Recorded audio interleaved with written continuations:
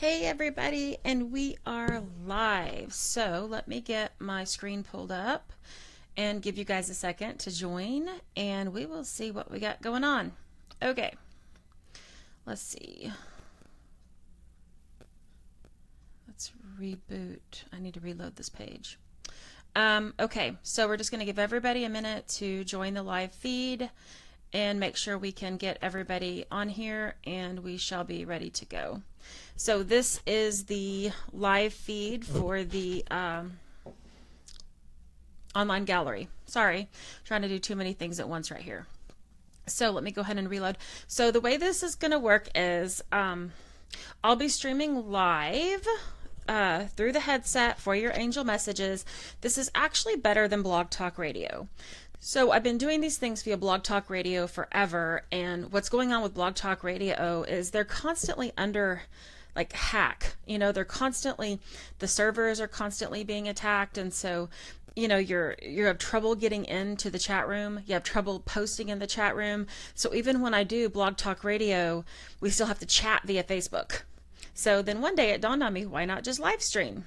And then it dawned on me that meant I could not do it in my pajamas. And I'd actually have to, you know, look somewhat presentable if I wanted to do this live stream. So we'll see how long this live stream and this stuff lasts.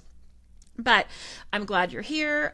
You'll see me doing lots of stuff because I'll be watching the computer screen, pulling angel cards, and then trying to watch this here. So if you will, let's go ahead and let me make notes of everybody who's here. And then if somebody wants to help me make sure I catch questions. Because if you guys scroll that screen really quickly, I might miss someone's question. So if one person could just kind of make sure to alert me to it if I miss it, if I miss something big or whatever. Where's a pen here? Okay, so far I have Kay, Jennifer, Marina, Stacy, Sydney, and I think I saw Sydney. Did I see your mom in here? Did I see Rebecca in here a minute ago? I thought maybe I did. Let me scroll up here. Gwen, Sydney, and Shani. 2, 4, 6. We're missing just a couple. All right, so we're missing just a couple of people. Let me see who we're missing. Let's see the invite. So, and then we're still waiting on Brandy. So Brandy, if you get here, check in and let me know you're here. Stacy, Jennifer's here. Marina's here. Okay. I'm watching to see if we got everybody here.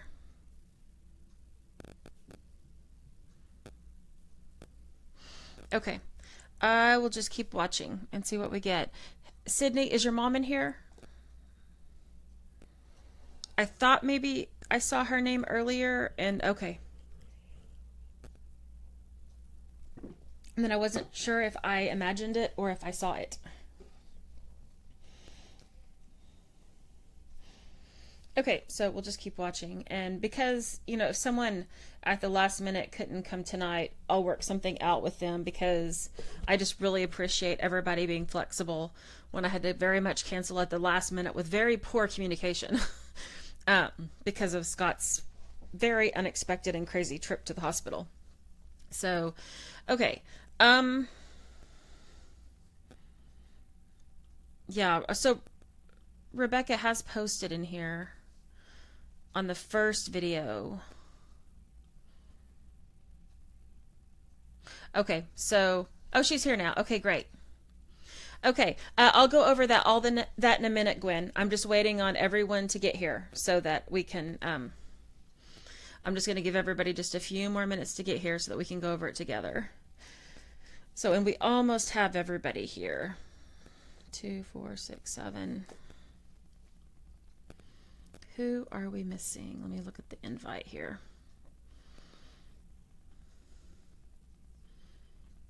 Okay. Here. That's me. I'm here. Gwen, Sydney, Stacy, Brandy. Brandy and Carol. Have we seen Brandy or Carol yet? Anybody? I'll put them over here on this side. Okay.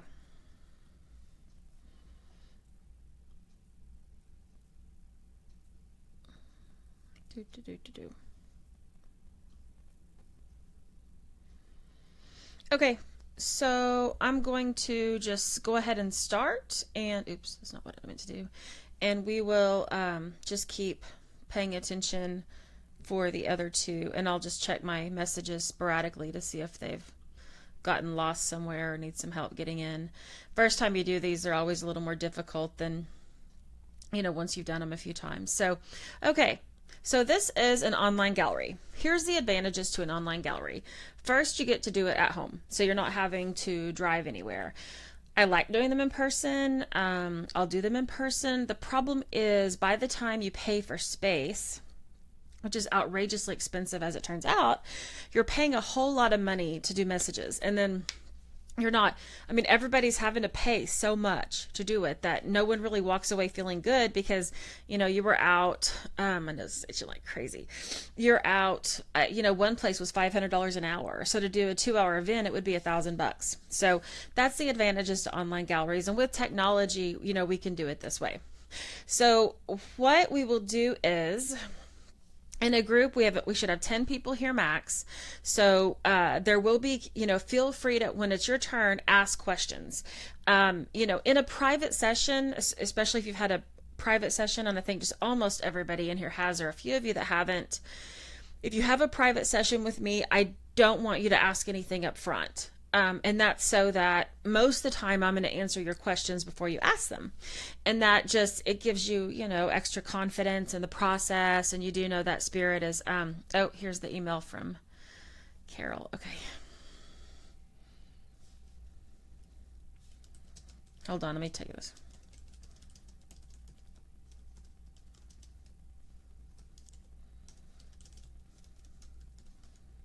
VP.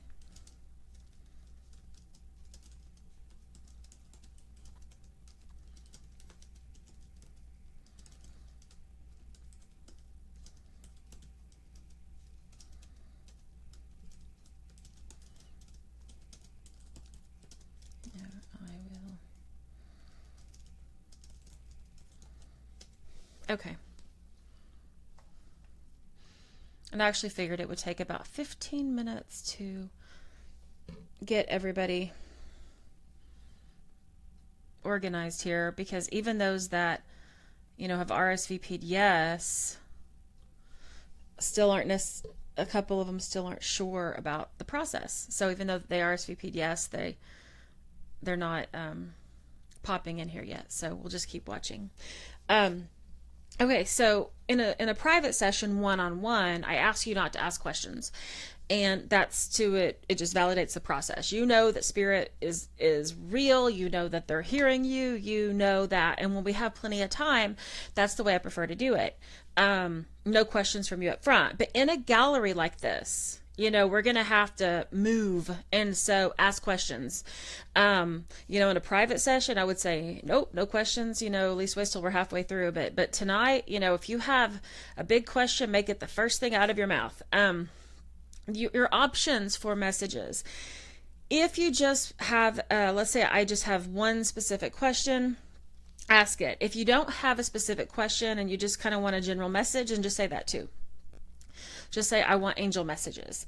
You're free to, if you are in here and your message is done, you're free to check out and leave and not stay part of the group. The downside to that and not staying the whole time is a lot of times Spirit will piggyback a message on someone else's. So maybe your message is done, but there's going to be something for you at the end of someone else's message, if that makes sense. So it's up to you, what you want to do. I will leave the video in the event for at least a day. If you want to go back and rewatch it, you can. And then after that, because Facebook gets rid of these events once they're like 24 hours old or something. So I don't know how long it'll be available, but I'll leave it up as long as I can. And then we can, you can go back and watch it as long as Facebook leaves it in its place. Okay, so I think we're only minus one person. Or I guess two. Brandy and Carol are who we're waiting on. And I'm just still watching for them. And hopefully we pop pretty soon. Okay, well, we shall see. All right, so where to ask your questions. You can post them on the live video that we're on now. And I can see maybe 4 lines at a time. So if a couple of you are writing at the same time or you write more than 3 to 4 lines, I'm not going to be able to see it in its totality. So you could also go on the event page, and I have it pulled up. My computer's right here, right there. And I have it pulled up so I'll be able to see what you post. So you can also post it on the thread. Actually, let me just start a new thread. I'm going to start a new thread that said post questions here. And so go ahead, and if you have a specific question you want answered tonight, go ahead and post it on the thread that says post your questions here. Okay? And let's go ahead and get that thread going so we can. And I'll just keep watching for our 2 missing people, and we will, just keep moving through, because I think we're going to do great. So go ahead and post questions, and we'll go ahead and dive right in. If that sounds good to you, that sounds good to me. All right, so I will take frequent breaks to drink. And, if you, well, I guess I already said that. I don't need to say that again. Okay, well, post questions on the questions thread that I just made, and then we'll go ahead and open with our prayer, dive in, and see where we go. Sound good? Sound like a plan? Okay. All right, so just go ahead and focus on your breath. Breathe in white light. And then exhale out everything else. Breathe in peace. Breathe in oneness. Breathe in love. And then with your exhale, let everything else go. The stress of the day, anything weighing on your mind, worries. Just let it all go with your exhale. Bringing yourself back into a peaceful state of awareness with the inhale. Benevolent and loving presence of God. Archangels, Archangel Michael, Archangel Raphael, Archangel Gabriel, Archangel Raguel, Archangel Zachiel, and Archangel Raziel. We call upon the healing angels and the messenger angels, the spirit guides and the loved ones. We ask that you join us now. We ask that every message that come through be for the highest and greatest good of everyone here this evening. We ask that each person be given the information, guidance, and insight they need to move forward feeling loved, safe, and protected. We offer our love and gratitude as we open this sacred space, and so it is. Okay. All right. So I'm going to check one more time for an email about the space. Okay. All right. So I don't see any questions yet. Who wants to go first? Have any volunteers? Anyone want to volunteer? Where's my...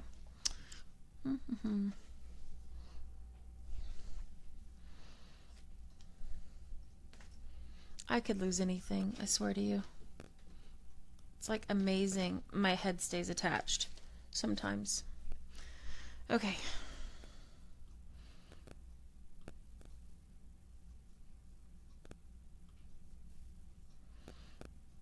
Okay. Sydney asked what influences are at play with my husband's ex. A lot. A lot. Uh, okay. Oh, and you posted, I only have my phone to post on.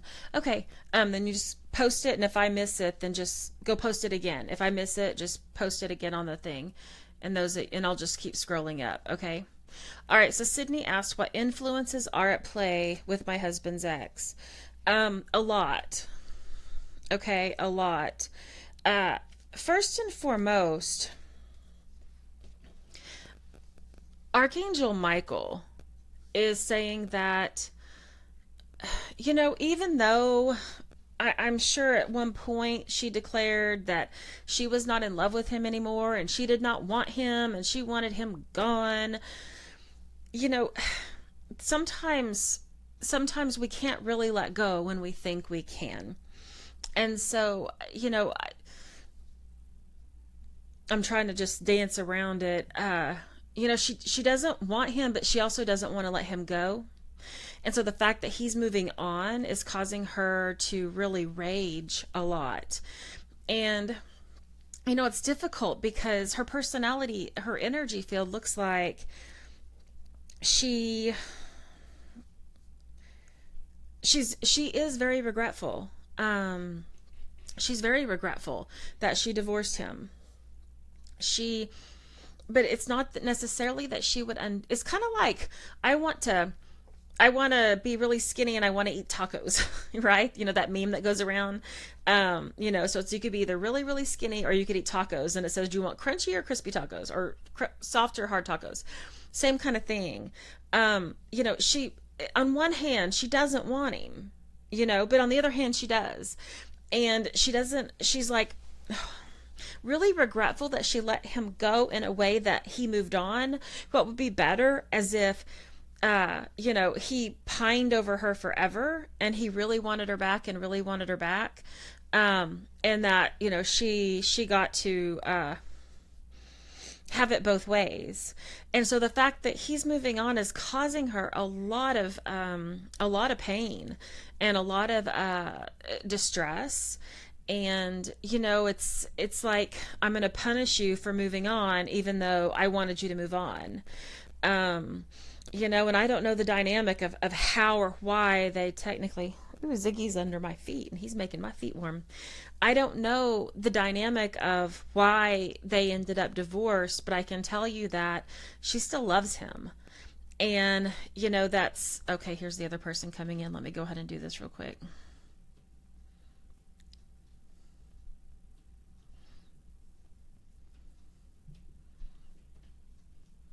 Okay.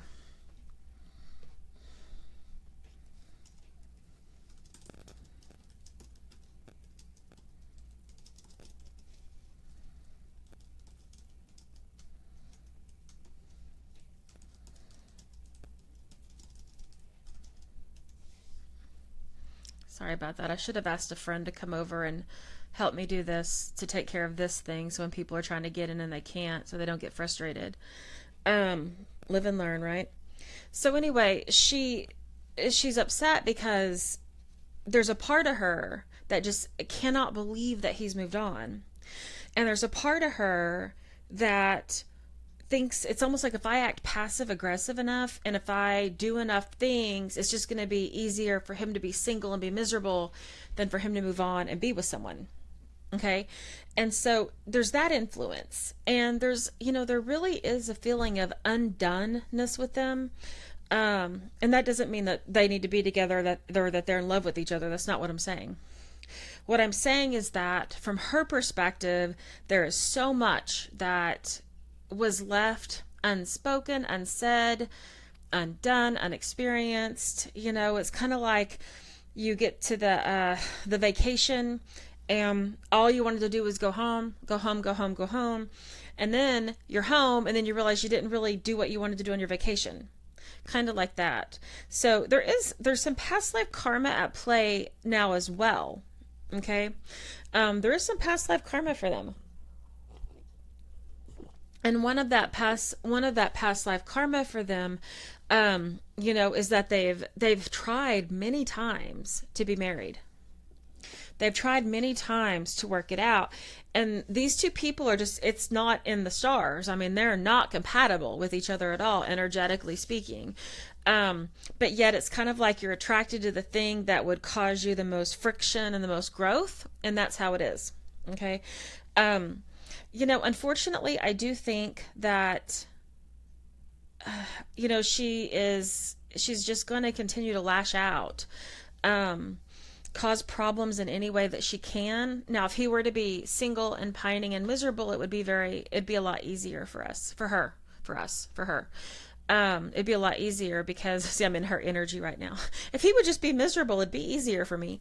But it would be, it'd be a whole lot easier if he could just be miserable and pining and unhappy, truthfully, all the way through. But their unfinished karma is also that they can never seem to get it together in the right way to stay together. They just can't. The karma, they're always hurting each other. These two people bring out the worst in each other. And, now some lifetimes the worst might not be that bad, and in some lifetimes the worst might be absolutely atrocious. But karmically speaking, they're never really compatible, and they don't do real well. Archangel Michael is saying that, they've had quite a few lifetimes where they've been enemies as well. And so they tend to fire anger at each other pretty easily. Well, there's a reason why she's the ex, right? But there's unsaid things, and there's unfinished business, and there's a lot of passive aggressive anger on her behalf.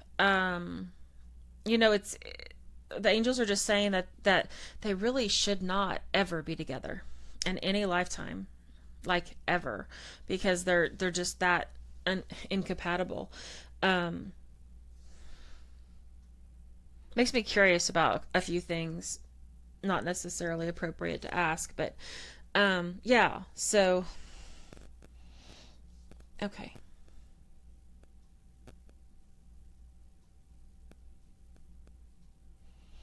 Okay, I was just seeing if you wrote anything in there, Sydney. So, the problem is I don't see it ending anytime soon. Well, there's an invocation in a book. Do I have that book here? I might have that book here. I know I have 2 copies of the book. One is at the office and one is here. So send me a message and remind me to give you the invocation from Archangel Raguel. And it's an invocation about moving people apart from each other in peace. And that's what needs to happen. Really energetically, he needs to be completely cleared from her because, it's like this. It's a bizarre energy, to be honest. It's a very bizarre energy. I could tell you that there's a part of her that deeply regrets that the marriage ended. Deeply. Then the other part is so very offended that he's moved on that, she just wants to punish him.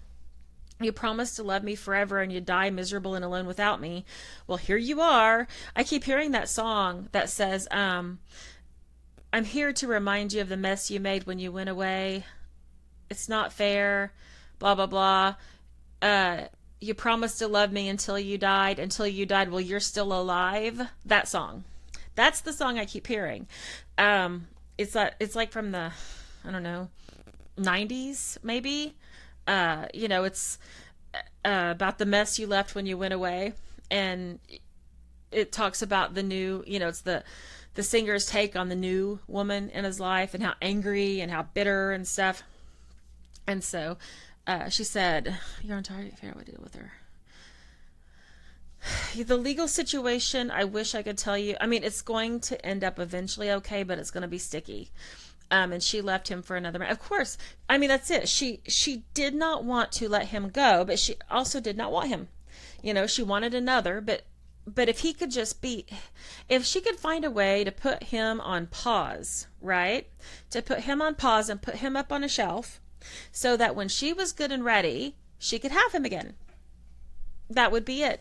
That would be it, because that would be perfect. That would be the solution for all, right? If he would just be willing to put his life on pause and do nothing and just let her go do whatever she wants, but, be there for when she gets back. That would work. So, yeah, the way to deal with her is, the worst thing that can happen is you get triggered. And believe me, everything she's going to do is going to be from the perspective of trying to trigger you. So, the angels taught me a pretty cool little trick a couple of years ago. And it's this. The grass is green and the sky is blue. You're like, what? What is that nonsense? Okay, this is it. Because if whatever you say to me, Leslie, you're great, Leslie, I hate you, Leslie, you're good, Leslie, you're bad, whatever it is, if I have the same emotional reaction as you telling me the grass is green, then that's the same. That's how I keep myself from getting triggered in it. No matter what you say to me, I react in the same way as you said, the grass is green, the sky is blue. That means that, if you tell me, hey, Leslie, the grass is blue, I'm going to be like, okay. I'm not emotionally invested in how you see the grass, right? No, I'm not emotionally invested in how you see the sky.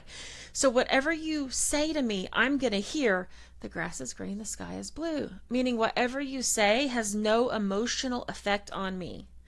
Your beliefs are yours and I'm not responsible for your beliefs. And so have a mantra like that you can remind yourself over and over and over again, because you really do have the upper hand here. And if you can remember that, then you'll be safe. So, is her new husband a creep?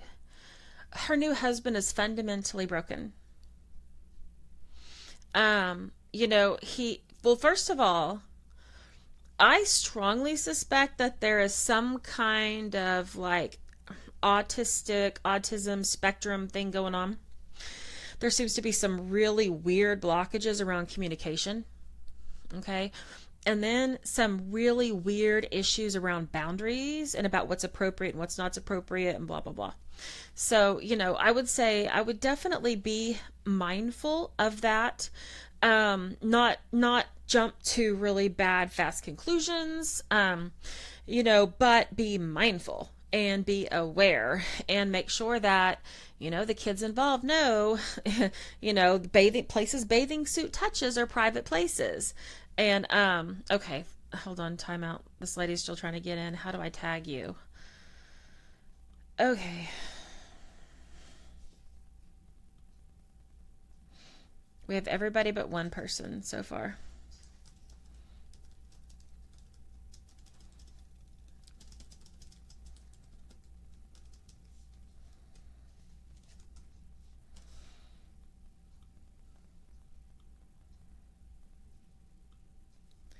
And I am searching like crazy. I cannot find this person. If we end up with someone named Carol joining us, I think it will be a miracle. Because there's absolutely no email address registered to that. Let me try one more thing.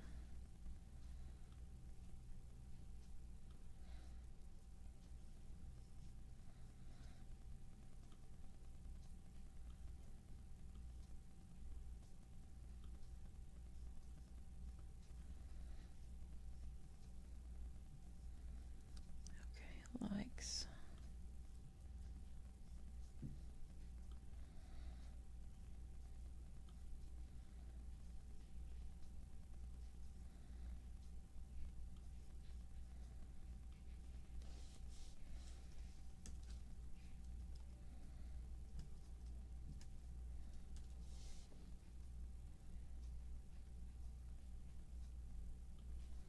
Okay, maybe I found her. I am so sorry, guys. I am pretty much doing the best I can here.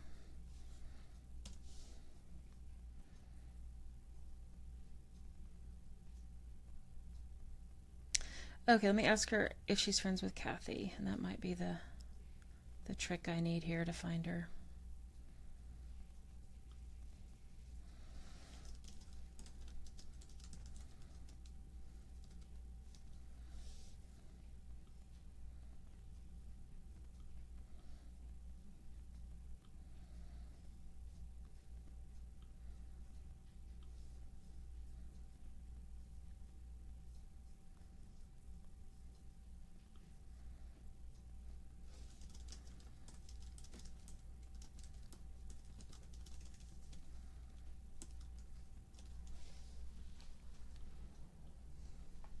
So now it makes sense why I sent out all those emails, huh? Like people going, why are you still sending emails? Why are you still sending emails about this? This was why.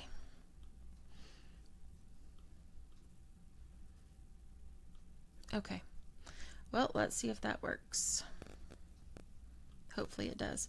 Okay, so does that answer your question, Sydney? You'll have to really make sure that you're teaching the kids about boundaries and about, any place as a, I worked for child welfare for many years, and what we taught them was that any place that a swimsuit covers. Any place that a swimsuit covers is your private space, and no one except for mom, dad helping you bathe or helping you with care, or a doctor with mom or dad in the room can ever touch those places that a bathing suit covers. But, is mom, you did say new husband. Okay, dang. Yeah, watch it and be careful, but really what I would be doing is every night visualize like a cord, like a rope or a chain between you and your husband to her, and every single night cut that sucker. Cut it and then say goodbye, goodbye, there you go. And that's it. And that'll take care of it. And that will. So yes. It does look like to me he's probably on the autism spectrum, just so you know. Some weird type of communication thing going on. He's definitely wired differently. Okay, let me scroll up here and go to the next question. Okay, Marina says, what is my next step to pursuing my purpose? Purple Sash Gala attended and story told. Well, congratulations. First, congratulations. Secondly, Spirit is saying to you, good job on all your work in making a spirit-filled space. Okay, they said you worked really hard on making your space to be very spirit-filled and very spiritual and very, very empowering and very safe. And what they're saying is to continue with any little nudges you get from Spirit. So nudges might be you hear the same book mentioned twice in a week. Let me fill my water here. You end up watching something on TV and it really, really pings you, and then, continue to go in that way, continuing to look for ways that Spirit brings you information. And then also, friends will be coming in as well. Let the energy of the purple Sash Gala continue to feed. And so, it took a lot of courage. It took a lot of bravery. And so what Spirit is asking you to do is, go outside in that yard and stand with your arms like this and say, okay, I'm ready for the next part. I will do it if you help me. I'm ready for the next part, and really open up your arms to letting that next part come in. And just reaffirm that over and over again. I am ready and I am willing. I am ready and I'm willing. It looks to me like some of it's going to involve writing. So practice automatic writing. Sit down with a piece of paper and just let it flow through you, and let it go through you and flow through you. They're also saying that because you're ready, they're going to start to strategically putting people in space with you, putting them in alignment for you. So you would see, like, you're at the grocery store and the person in line either in front of you or behind you is obviously having a bad day, and you say, hello, and all of a sudden, they're pouring their soul out to you. Well, this is Spirit led. This is Spirit connecting you to the people that you are going to help. So, dismiss that there's any such thing as a coincidence on this planet, and just be ready for Spirit to start really making these next step connections so that you can. Be an eager student is what they're saying. Continue to follow direction from Spirit. Spirit will always bring you the next teacher, the next writer, the next speaker, the next anything. And I do think there's going to be something else come of the Purple Sash talk. I think there's going to be some type of either continuation or an invitation for the next part. They're saying also to remember right now you're in a healing phase. So the emotional healing you did as a result of the talk is now going into a physical healing. Okay. So there's going to be a physical healing side of this. And all you have to do is to continue to listen to Spirit and put Spirit's advisement at work. Also it looks like, let me see if this is.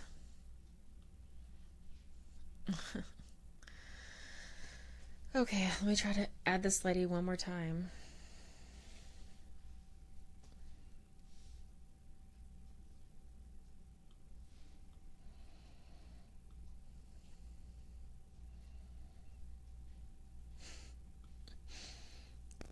I never get frustrated and I'm with this and I'm getting really frustrated. So let me try to friends.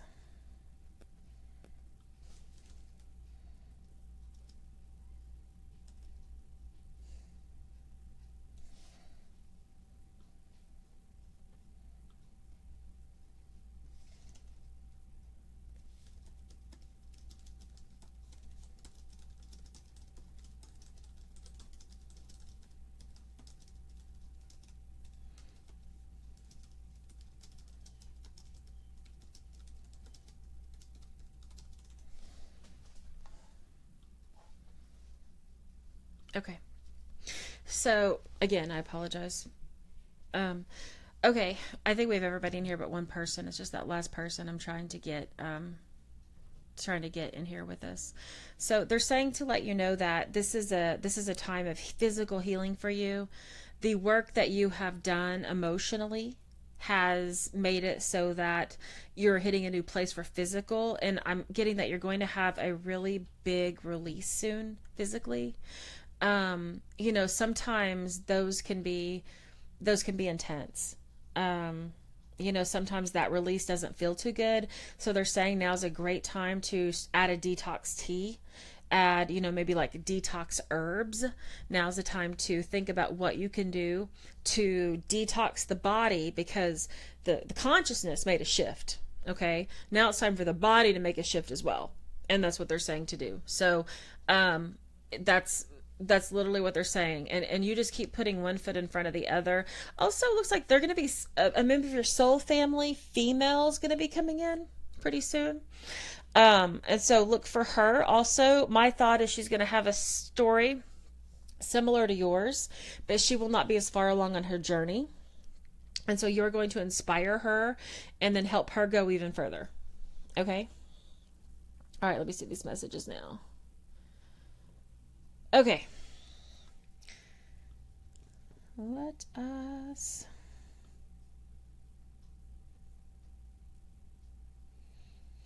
Okay, so I'm going to go out on a limb here and try to. I might be adding a stranger to our group.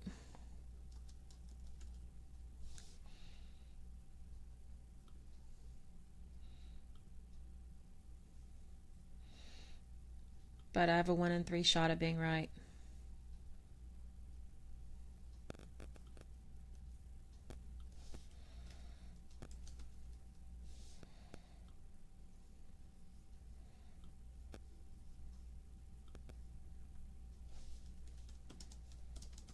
Please check your Facebook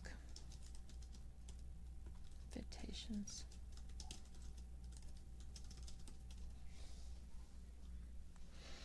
Okay. All right. So, Marina, is that good? Do you have any other questions?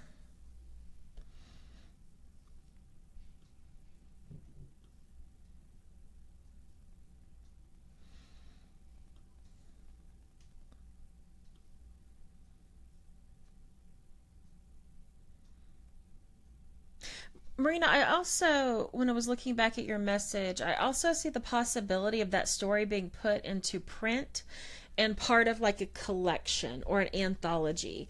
Kind of like we're going to make this book, and you're going to be a chapter, and this person's going to be a chapter, and this person's going to be a chapter, and the book together is going to be about overcoming what happens when you leave an abusive marriage, what happens when you leave an abusive relationship. So it's going to be a collection of inspiring stories, and I also think that's coming down the line as well.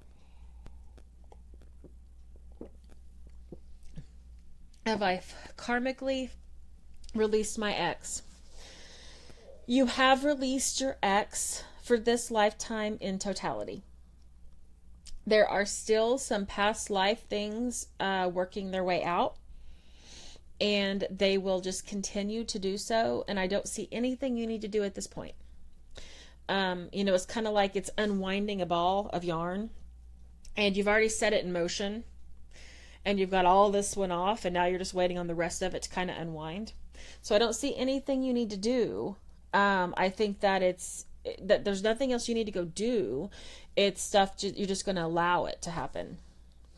Okay. Hi, Brandy. Glad you're here. There were 2 people we were waiting on. I figured you would find us, and I have one other that's having trouble finding us. There's a post if you're on your phone only, then you can't do it, but there's a post on the group if you have your computer, and it says post your questions there if you want to post a question in there. If not, I'm going to go through these on the live feed too. Okay, so moving forward now, let me scroll back up. Gwen asked, is Cookie, my grand dog, my mother?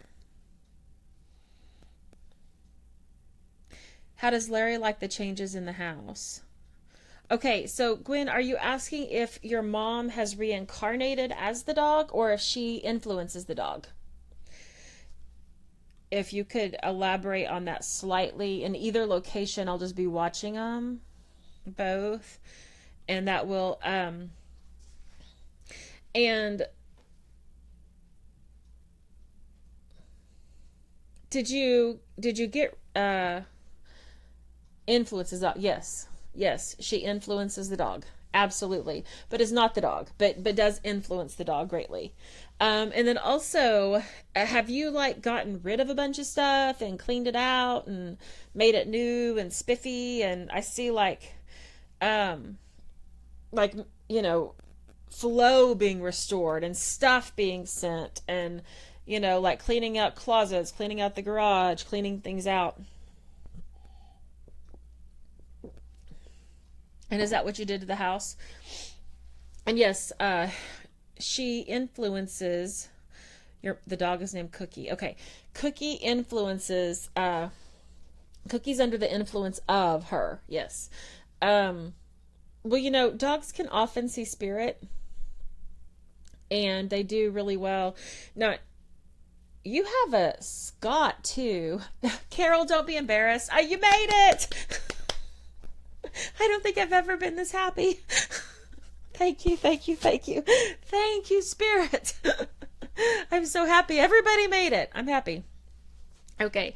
All right. So I forgot where I was and Gwen, you have that is driving me crazy. You have a Scott too as well, right? Okay. Your nephew, Scott? Is that right? Because I have a Scott coming through. Okay. And so, yes. So Larry is good with all the changes, loving it. Scott's saying I'm more settled. I'm more settled. Scott says to tell you I'm a lot more settled. And I have so much understanding now about life and about things. He says to tell you, it's like he's like going, I know stuff. And so he's really coming through very zen right now. Very, very zen. Yeah, he was. Now, we tried to talk to him one before, and wasn't he always scattered and running off in the universe and doing stuff? Or am I confused? Or have I lost my mind? That might not be a very short trip. But it might be. I know you know stuff. You were always smart. That's okay. It's okay, Brandy. It's okay. Okay, good. Yeah, he is, and I guess he has spent a while learning the secrets of the universe, and now he is applying those secrets of the universe, and he is very, very peaceful. He does feel really, really good. Very peaceful, very zen, like an old soul, like a really, really old soul. And Larry wants to pop back in, okay? And he wants to tell you to take care of yourself, and that you're always, always, always putting everybody else first. And, you got to put yourself first. You've got to put yourself first. You need to make sure, he says, that you're taking care of yourself and doing the things you need to do to stay healthy. So if that's a checkup with the doctor, go to the doctor. If that's a good food, go to the good food. Whatever taking care of yourself means. Larry says you were always putting everyone else first. Yeah. That's what he says. Yeah, that you were always putting everyone else first. And now you need to put you first. You need to take care of you. You need to focus on you. There's not, he says, there's not much you could do, that would really upset me or make me mad. But watching you put yourself last frustrates him sometimes. It puts him first. I'm still, Brandy, I'm still on Gwen, so you haven't really missed anything.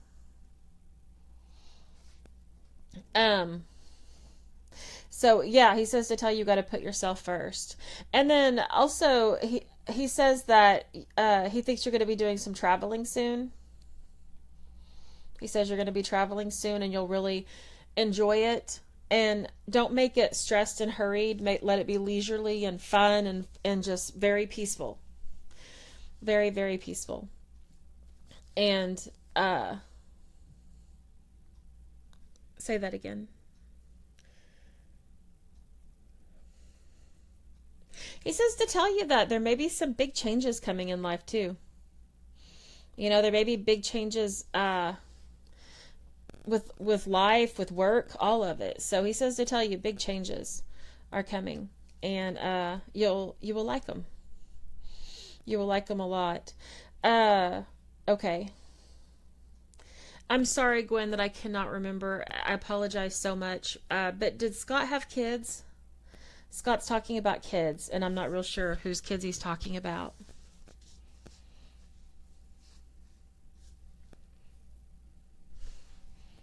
Where's my chapstick? I don't know where it is.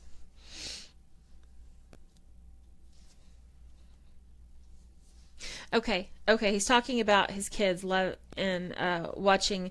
Well, he says, I'm watching the kids and I'm loving watching them grow up. And so I assumed it was his kids, but I didn't know. Okay. Oh, grandkids now. Okay, then he probably means grandkids then. Wow. He's old enough to have grandkids? I guess he stopped aging in spirit. Happens fast, right? Okay. Changes with Elisa, yes. Yes, I do feel like there's going to be some changes there. This summer might feel like, he says to tell you that this summer might feel like everything's happening really fast. But just remember, stay in the flow. Go with the flow and don't get hung up on anything too much.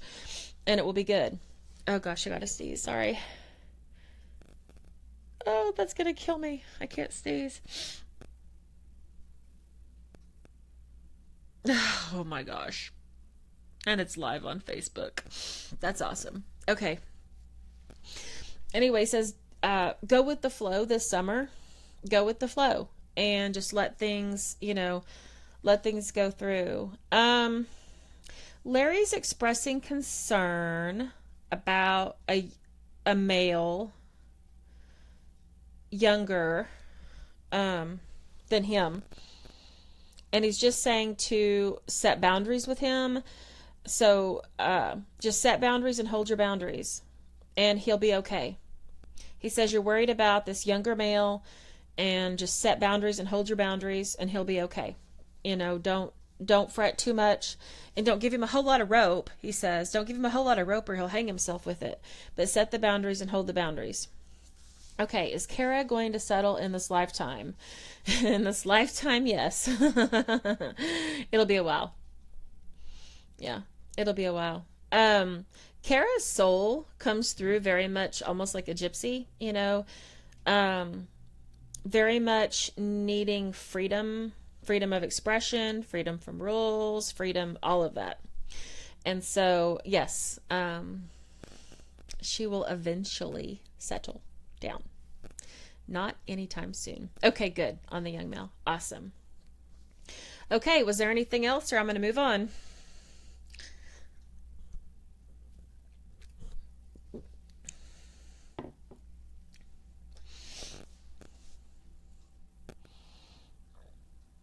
Okay, so I got to scroll. Okay, let me check the group one more time. For those of you that joined a little late, I'm watching the Facebook group on my computer, and then I'm watching the live feed on my phone. So I got both going. I'm probably not talented enough to do one of them at a time. Will she do something stupid this summer? Archangel Michael is jumping in, and he says to tell you that it's almost like, well, how stupid? Is she going to make decisions this summer that you wouldn't make, and that those around her probably wouldn't make, and that are pretty foolish? Yeah. But it doesn't look like it's something so horrible that it destroys the rest of her life. Okay? And so, define stupid. Right? Define stupid. Because it's, yeah, gonna struggle. Gonna really struggle. But we'll eventually be okay. Going worried about her leaving home alone. Understandable. But remember, sometimes people, especially when they like to push the boundaries and they like to push the rules, they actually do better, once they're sort of responsible for themselves, because they don't push as hard, because there's no one holding those boundaries on them. So it gives them a different sense of freedom. So they do better. Understandable. And remember, Gwen, you still have a credit for an hour with me. Remember that it went through twice on PayPal, and I was just going to remind you that you still have that if you want to use that and go into more depth on these. You still have the last time you did one, it went through twice or something. I don't know if you remember or not, but it did, and I've not forgotten. Okay. So, let me see here. Stacy, I have had a recent loss of a pet in an unexpected and pretty tragic way. Would love to hear if there are any angel messages about him or for him, and angel messages for me in general. Well, Stacy, your mama is kind of like going, I know you love the dog, but here I am too. I'm over here too, and by the way, we're together. And so your mom's wanting to come in real quick and say, how proud of you she is and how happy for you she is. And, she looks at your life and she thinks, wow, you have an amazing life. And sometimes because it's yours, you forget it. And so she's saying to tell you to take a big step back. Take a big step back and look at that amazing life you have and start seeing it through better eyes. Because then you're going to realize, that you really do have a magnificent life. And the soul journey you came in here is amazing, and it's yours, and it's powerful, and it's all so, she said, it's amazing. And she doesn't understand how you could ever be less than absolutely enchanted with the life you live. And she says to remind you of that. And so, now, okay, so I made an assumption that this was a dog because I saw a dog with her. But actually the energy looks more wolf to me. So, if you, Stacy, could clarify what type of, animal here am I looking for? What kind of pet?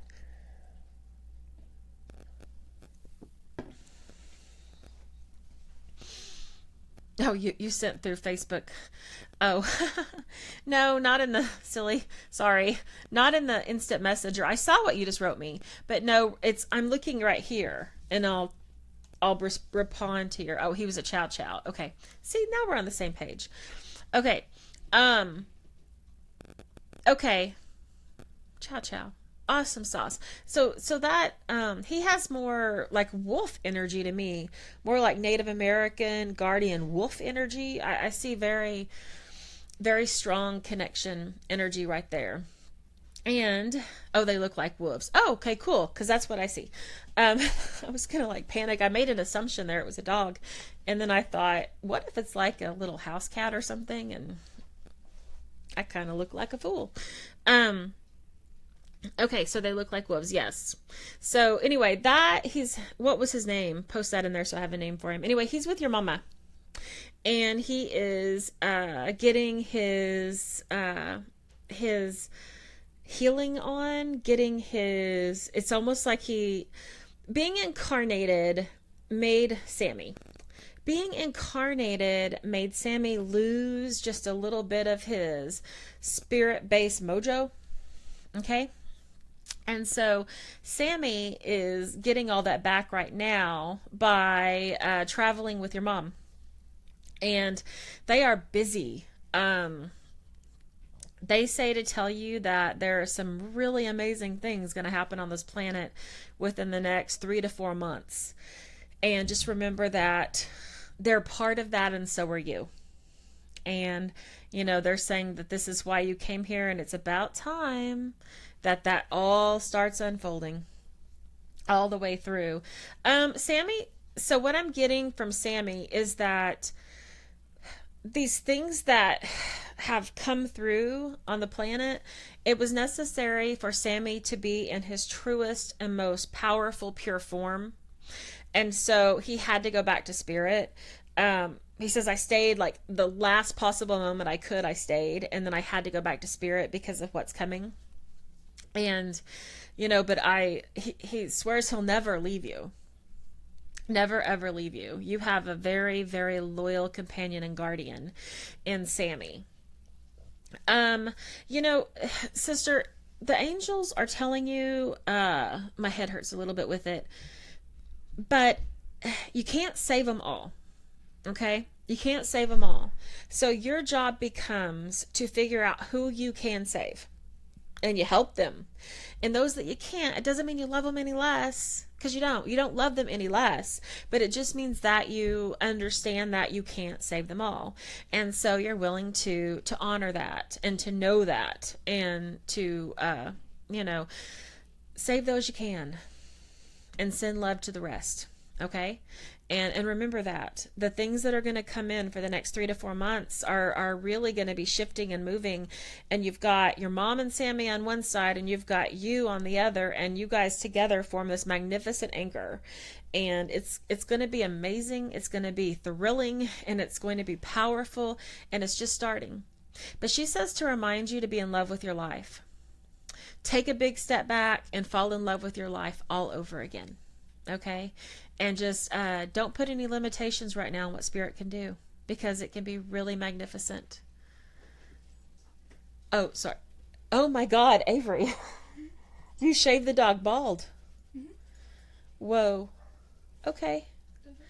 I gotta work, but yes, it looks great. I'm just a little shocked because he's not furry and fluffy and big anymore. Okay, well, bye.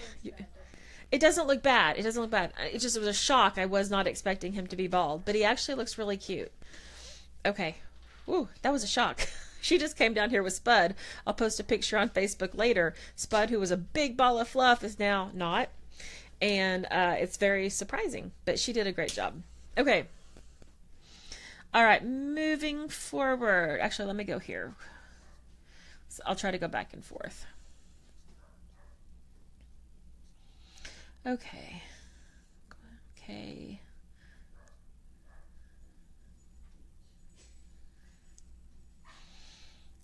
Sorry, I have to scroll a long time to find the questions. Okay. Shani said, and am I saying that right, Shani? Please give guidance to be completely done with ex-husband and community property. Okay. I'm going to go ahead and pull cards on this. I'm going to pull from an angel deck by Colette Baron Reed and ask the angels to come in. And the reason why I'm pulling cards instead of just listening is because there's so much energy right now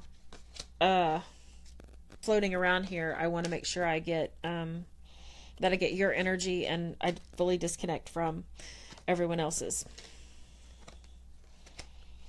Okay. No, it's good, Avery. I promise. It's good. Okay, so the first thing Spirit is saying to remind you is that, you have to find peace with where you are in life. And, that can be just every morning I take 10 minutes to sit down with a cup of coffee and I think about 3 things I'm grateful for. It could be something that simple. I can sit down every morning and journal for 10 minutes. Something to anchor you in the present. So when Spirit says to do stuff like that, like sit down and think of 3 things you're grateful for, sit down and journal for 10 minutes, we think it has to do with attitude. Sometimes it does, sometimes it does. But more importantly, things like that anchor you in the present. Okay, and whenever we're going through a divorce or a big change in our lives, the problem is we lose our present. We lose the now. We're either worried about the future and what it's going to bring, or we are thinking about the past and being pulled backwards. And so exercises like this can pull us fully in the present. They can pull us into the moment where my power is. You only have power in the present. You don't have power in the future. You don't have power in the past. So you've got to pull everything in the present. Okay, so how well this goes will really be influenced by you pulling in your power and using it. I'm going to recommend the same Archangel Raguel prayer for you that I recommended for Sydney. So both you want to inbox me. I'll screenshot it and send it to you both. I have seen this invocation give miracles. I mean, absolute miracles. In relationships with people we're married to, and in relationships with people we just live in the same building. I have seen this invocation change lives, and it's because it embodies the peace. Okay, it embodies the peace. And so one of the things that you can do here is hold peace. Our karma is always better when we're in a place of peace and fairness. Okay. And so by holding that energy in the present, you do better. You do better. If you're not opposed, I would like to look really quickly at the karmic ties to your ex. Let me scroll up and see if you've written anything else. There we go. Divorced a long time ago. He keeps resurfacing. That's probably why they're having me look at the past life. Okay.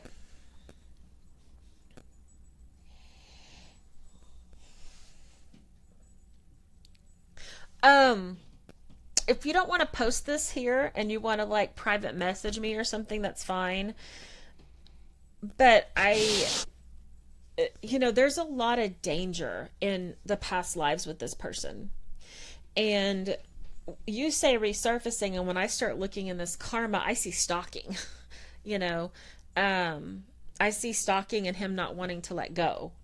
And so I think that the trick here is going to be to get the past life karma gone. Because it looks like in at least one, I probably see at least 3 surface lifetimes together for the both of you. And at least one of them, it was like a lifetime where you were property, where, the husband pretty much owned the wife. And it just created this karmic energy of, that you can't leave him because he's the man and because he's there. So, it doesn't look like he's powerful like that in this lifetime, like he was in this past one. But the energy's still there of the karma. So you have at least 3 lifetimes that are keeping him resurfacing. So you need to do a release on all 3. The way to do that would be the next full moon. You get out a piece of paper and you release him. I release any and all soul connections and earthly connections to him in all directions of time. Okay, really important, in all directions of time. And then you burn that piece of paper and then you tell him to go in freedom. or go in peace, go in peace, go be free, go in peace. And then you've got to reclaim your sovereignty, because you have at least one lifetime here where he owns you pretty much. So I reclaim my authority and I reclaim my sovereignty. You know, for everyone listening, I actually think this message is, while it is your message, I think it's for everyone as well, because this is something we're not doing, that Spirit is saying we have to do. You see, you go through life and people are constantly taking or you're letting them have your sovereignty or your autonomy or your authority. And little by little, you know, because I mean, when you think about it, you go to work. Most people go to work for somebody. And that somebody tells you when to be there, when you can leave, when you can go on break, when you can go on lunch, what you can dress. Well, that's authority in your life. They're claiming authority in your life in exchange for that paycheck. Normal part of life, right? When you're born and you incarnate to two people, these people are your parents, and they have some authority and some autonomy over you, right? Okay, so what happens is these things just keep adding and adding and adding and adding until you have individually and collectively given so much of your authority and your autonomy away. And so, hey, Avery, could you grab me to Excedrin, please? I'm getting a headache. Thank you. See, she just came down here for a minute and I'm making her work. And so really, when you do this release, you know, stand outside under that full moon. First, put your hands on your heart and breathe in all that authority, and then throw your hands on like this, you know, and just claim your power. And don't let any of this past life karma, any of this past life stuff come in, because you've got 3 lifetimes with him. Three lifetimes where, you know, I mean, only one looks particularly difficult. You know, the lifetime where, you know, women couldn't own property, women couldn't vote, women couldn't have bank accounts. So pretty much whoever you were married to was your lifeline. And then you've got 2 other ones as well. So he keeps resurfacing because from his perspective, there is unfinished karma. From his perspective, there's all kinds of stuff left to do. And you say community property, and that makes me think about all the lifetimes where he owned everything. You hate it, don't you? Okay, I have all these dogs around me right now driving me crazy. Okay, so let me look at these cards. This one, come to the edge. You know, this one says you're safe. This one says you are divinely protected. This one says that everything is going to be okay. This one says that you can go all the way to the edge of this thing and you're going to be safe. Okay? The power card is chaos and conflict. Now see, even though it's a chaos and conflict card, look at what's happening here. It is a zebra painted like a giraffe. And this chaos and conflict is making the giraffe in his own stripes. So what that is saying is that all of this is making you more to be you. More powerful, more happy, more joyful, more empowered, and you. Okay?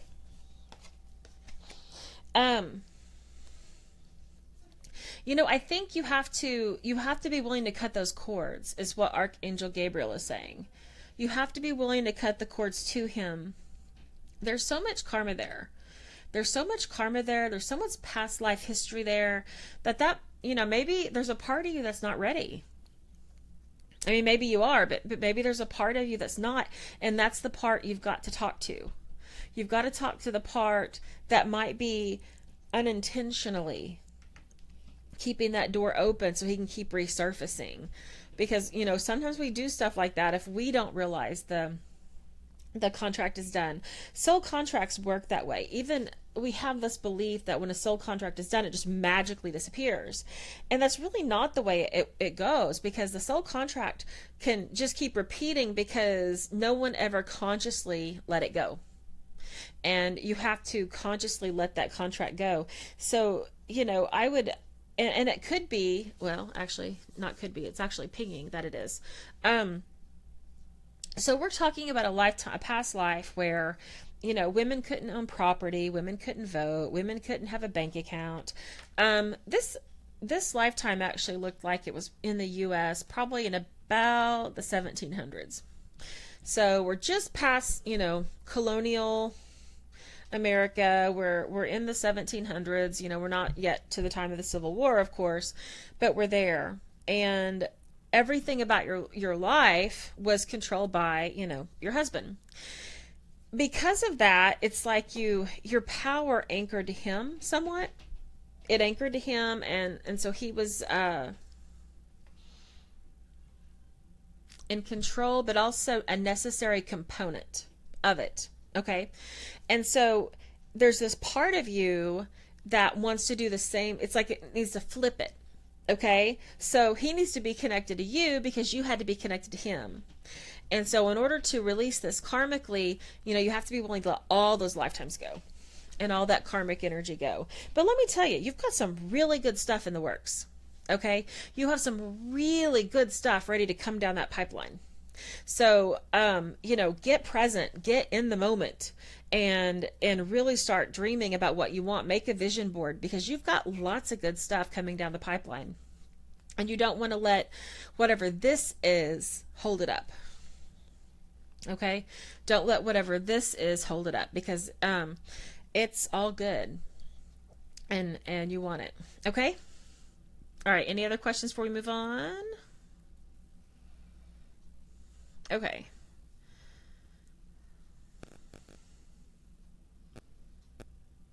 Any messages? Any message for the son we have together?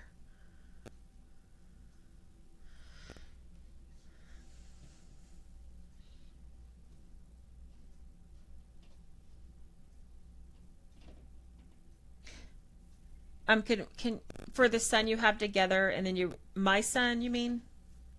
I'm sorry, the typing is weird, and I'm okay for your son together, Logan. Archangel Michael is the one stepping forward, and he says that when necessary, Logan can and will become a warrior. When necessary, Logan can and will become a warrior. When necessary, Logan can find whatever strength he needs from whatever place he needs it. And that it might look like, at times Logan is struggling or Logan is having a difficult time. But, I'm going to say, I think Logan is actually connected to Archangel Michael quite strongly and may very well even be part of Archangel Michael's rally, which is like the warrior souls, the guardian angels, the protectors, they call them the Archangel Michael's army, and these are those warrior souls that peace, they really are about peace, but they'll fight for it. They're the front line. So their desire is always peace, but they're strong, they're courageous, they're brave, they're powerful. And I see Logan as being part of that Archangel Michael's rally. Archangel Michael's a warrior for Archangel Michael, a warrior for Earth. And so, really and truly, don't ever see him as struggling or weak or lost. Because there's no way he actually can be. He will always have the guidance, the power, the insight, whatever he needs. Now, that's not to say they won't let him feel like he's struggling, because they will. Because how do you make a warrior? You test him. You test him. But he will truly, truly persevere, and he will truly, embrace that inner warrior anytime it's needed. And so, that one is, it's interesting because his energy is very, very guardian-like, very powerful. And yet the limitations on it are the limitations put by a human incarnation. So, Logan is going to be fine. He really will. So, anything that you can do to just help him see himself clearly is it, because he's a member of Archangel Michael's army.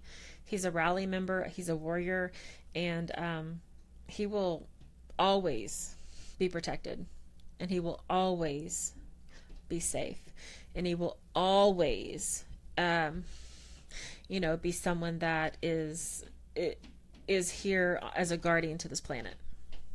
Yeah. So good for him and good for you, because that's actually a pretty big honor. Okay. And maybe that was one of those contracts with your ex. Those rainbow kids, those star kids, those warrior souls, they look for certain genetic patterns to incarnate to. And so everything just kind of has to align just so that they can incarnate. And my thought is that this is one of those reasons why, you and your ex had to come together, was because of this, because of him, giving him the chance to come in. Okay, so let me go back and see. Next question. Okay, let me write you off. All right, so mine is done. Jennifer. Struggling to remain positive about prosperity and finances. Any insight? Missing my mom lately and sad she isn't here to hold her first grandchild. If there are any messages from her or angel messages, I'm finding it hard to get back to work though. Probably usual after maternity leave. Is there any movement there? Oh, yeah, it is. Sorry, Shannon, is your last question. Is my daughter safe in India? She's safe. I don't know that extends to everyone around her or the location. So I feel like her bubble protects her, but I don't feel like that extends to the area or the people. I feel like that's just her. Okay. Okay. All right. So Jennifer, this is, it is common. And as a mom of 3, I can tell you the hardest thing, and every other mom in here can back it up, the hardest thing in the world is leaving your baby and going back to work. Our whole biology, wants us to stay with our children. And of course, in a perfect world, that's best. So yeah, I get that it'd be really, really hard to go back to work after having a baby, because I think all of us struggle with that. Staying positive about prosperity and finances. Well, right now you're not feeding yourself. And you cannot, this is another one of those messages that everybody needs. You would not think that you could go 6 days, 6 weeks, 6 months without ever feeding your body food, without ever eating anything or drinking anything, and then be healthy enough to walk around the block, to run a marathon, to do anything. Okay? Right. No one would even think that, would never think that. But yet we do it all the time to our souls. And I get it, because I do it all the time too. You have to nourish your soul every single day. You cannot skip days. It's just like food. You have to eat every day. You have to drink water every day. You have to feed your soul every single day. And I'm saying that just as much to me as I am you, because all of us need it. So you have to find prosperity type food to feed your consciousness so that it can create prosperity. That's exactly how it works. So I have actually given it away the max number of times. So maybe someone else in here can volunteer, if you have Audible, to give the Receiving Prosperity by Louise Hay. If you have it on your Audible account, you can give it away for free for like 20 times or something. I've just given it away too many times and they don't let me anymore. But maybe someone else in here can do that, and then we can give that to everybody here. It's called Receiving Prosperity by Louise Hay. And many years ago, it's funny because so many people now on my Facebook have only been on there maybe the last 2 to 3 to 4 years, and they don't know our story. And so when I tell the story, people are like, "What? That's not true." Yeah, it is true. And so in 2011, when we moved back to Oklahoma and we moved to Norman too, we were homeless and impoverished. And I'm telling you, we were food bank poor, which is worse than food stamp poor. Our family of 5 lived in a scary hotel by I-35. It was the hardest and the scariest days of my life. We got into a low-income apartment, and that was scary. Christmas Day, there was a shooting. The day we moved in, there was a stabbing. And here we were, just from the country, 2 people living on our road, and here we were in a low-income part in a big city. So it was scary. We had a lot to do. I went more than 3 years without ever having laundry soap. Because, and that, truly, I did not care. That was the least of my thoughts, was laundry soap. Who cared? If there was laundry soap. I'm used to it now, and I'd certainly think of it, but then it was not even a thought in my head that I did not have laundry soap. Toilet paper was a concern. Laundry soap, never. One of the things I did was I made a commitment to listen to that Louise Hay. First, I said every day for a week, and then I did it every day for a week, and it felt so good, I did it every day for a month. And then I did it every day for 6 months. It's 48 to 50 minutes long, that Louise Hay audio. Every time you listen to it, you get something else from it. So I can play it in my head at will now, literally, bam, bam, bam. And I still listen to it. I listen to it at least twice a week because it helps me align with prosperity. It helps me remember that money is just a change of energy. That's all it is. And if I know energy, I can know money. Okay, so you have to feed your soul every single day. Secondly, think about all these changes. Baby, delivery, all those concerns. So you have to even up it more. Okay, so whatever you were having to create prosperity for before, you had to create for 2 of you.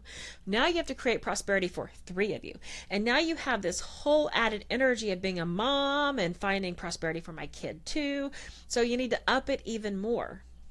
Okay, so really work on upping that prosperity. It is by right of consciousness, and that is what that Louise Hay audio will remind you, is that prosperity is by way of consciousness. And I have bought part of the setup to start my own meditations on prosperity and intuitive gifts that I'm going to write and record. And then when I have that one out, you can listen to that one as well. But you have to feed your soul every single day. You cannot skip. And if you raise your son to do that as well, then, he'll always be able to manifest prosperity as well. And so, get some goals, make a vision board, listen to things that inspire you and uplift you, and find some really good daily affirmations that you can say. One of mine is, my income is constantly increasing. My income is constantly increasing. That one works really well. I am a prosperity magnet. That one works really well as well. And so you have to feed your consciousness. Number 1, you have to feed your consciousness. Now let me see if I can find your mom, okay?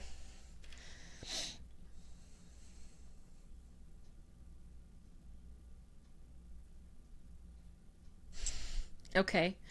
Okay, so found mom, and she's saying, a lot of times those in spirit will say this, and we'll be like, sad because they're not here to see their first grandchild, and what they come back with is, well, actually, I saw that kid first. And that's exactly what she's saying. Technically I held him before you did. And that's what she's saying. She said that, she stayed with you the whole time during your delivery. She stayed with you the whole time, and that she knew that you were going to be okay. And she knew that this was going to be okay. And she says to tell you that this, that everything that's happened here was always going to happen. She says that, sometimes you kind of feel like it just came out of nowhere. And she said this was always the plan. I always saw this as the plan for her. Every single bit of it. And I can see all the happiness that's coming for her as well in the future. She says all of the play dates and the splash pad trips and all of it. She said it's all unfolding beautifully, and I can already see all of it all the way through. She says that she likes to sing whenever baby's going to sleep. She likes to sing to him and just remind him that she is his first and his best guardian angel. She says to tell you that watching you become a mother is one of the most fulfilling things that she could ever see. And the way she showed me that was like a flower blooming. like watching a flower bloom, watching it just kind of open and become beautiful and magnificent. That was the image that came through with it. It was like watching a flower bloom, watching you bloom and becoming a mom. Is the imagery there. So, she's not missed anything, not a thing, and nor will she. She says to, okay, say that again. Sorry, I missed it. Okay.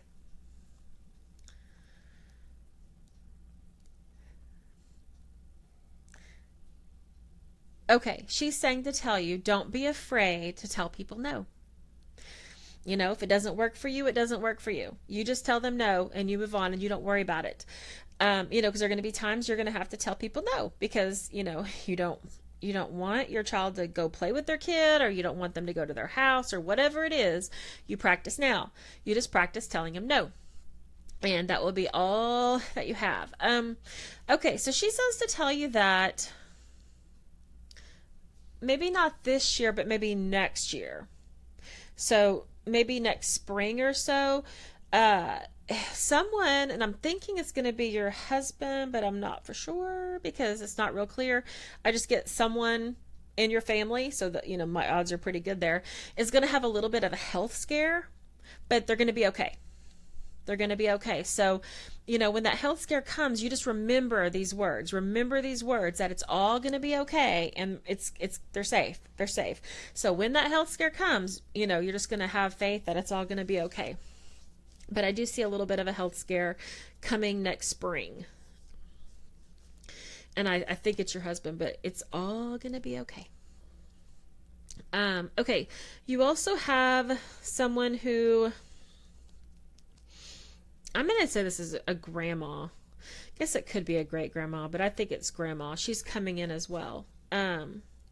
Definitely further removed than mom. Okay. So further removed back. But also coming in and just saying, what a pleasure it's been to watch you become a mom. What a pleasure it's been to watch you step into that role and change. That you never could have imagined how much it would change you, and then it did, right? Okay, now mom's popping in again. And she's saying, remember to reach out to your friends right now. Okay, don't get in a funk.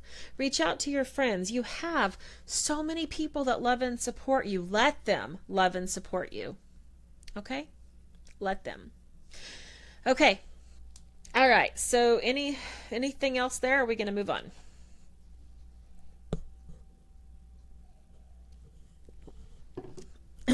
Okay. All right. So Kay, I think I have you down for next. Let me see. 1, 2, 3, 4,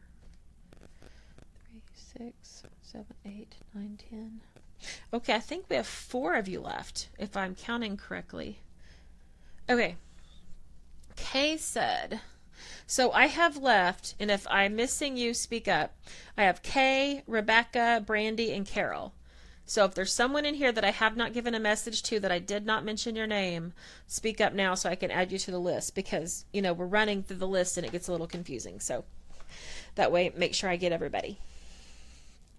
Okay. Okay. Let me find your message.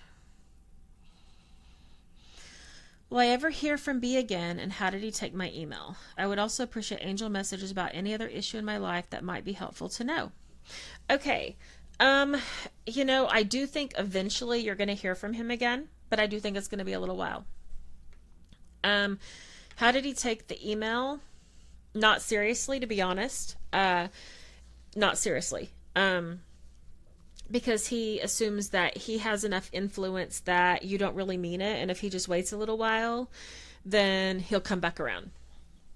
Okay, let me scroll up and see if you wrote anything else that I missed.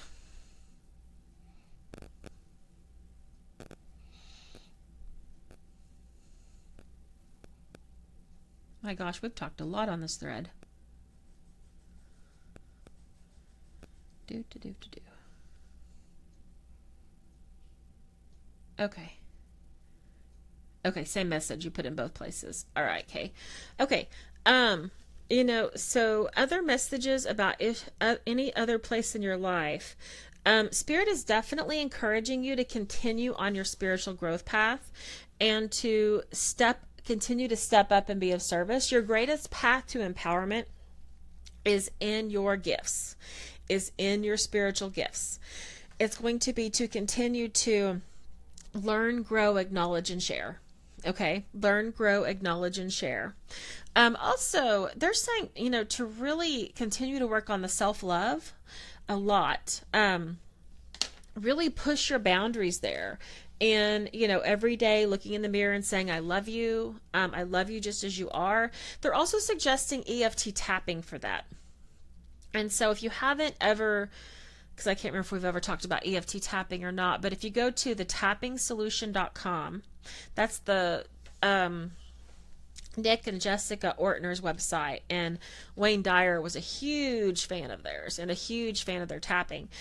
And so you would tap on energy meridians. Tap on energy meridians and then say your statements as you tapped on different parts of your body. And it would help you move past that places. And so they're suggesting that you do that. There is a lifetime I see for you that is coming up to be released. And in this lifetime, it looks very Celtic to me. So, Ireland probably, yeah,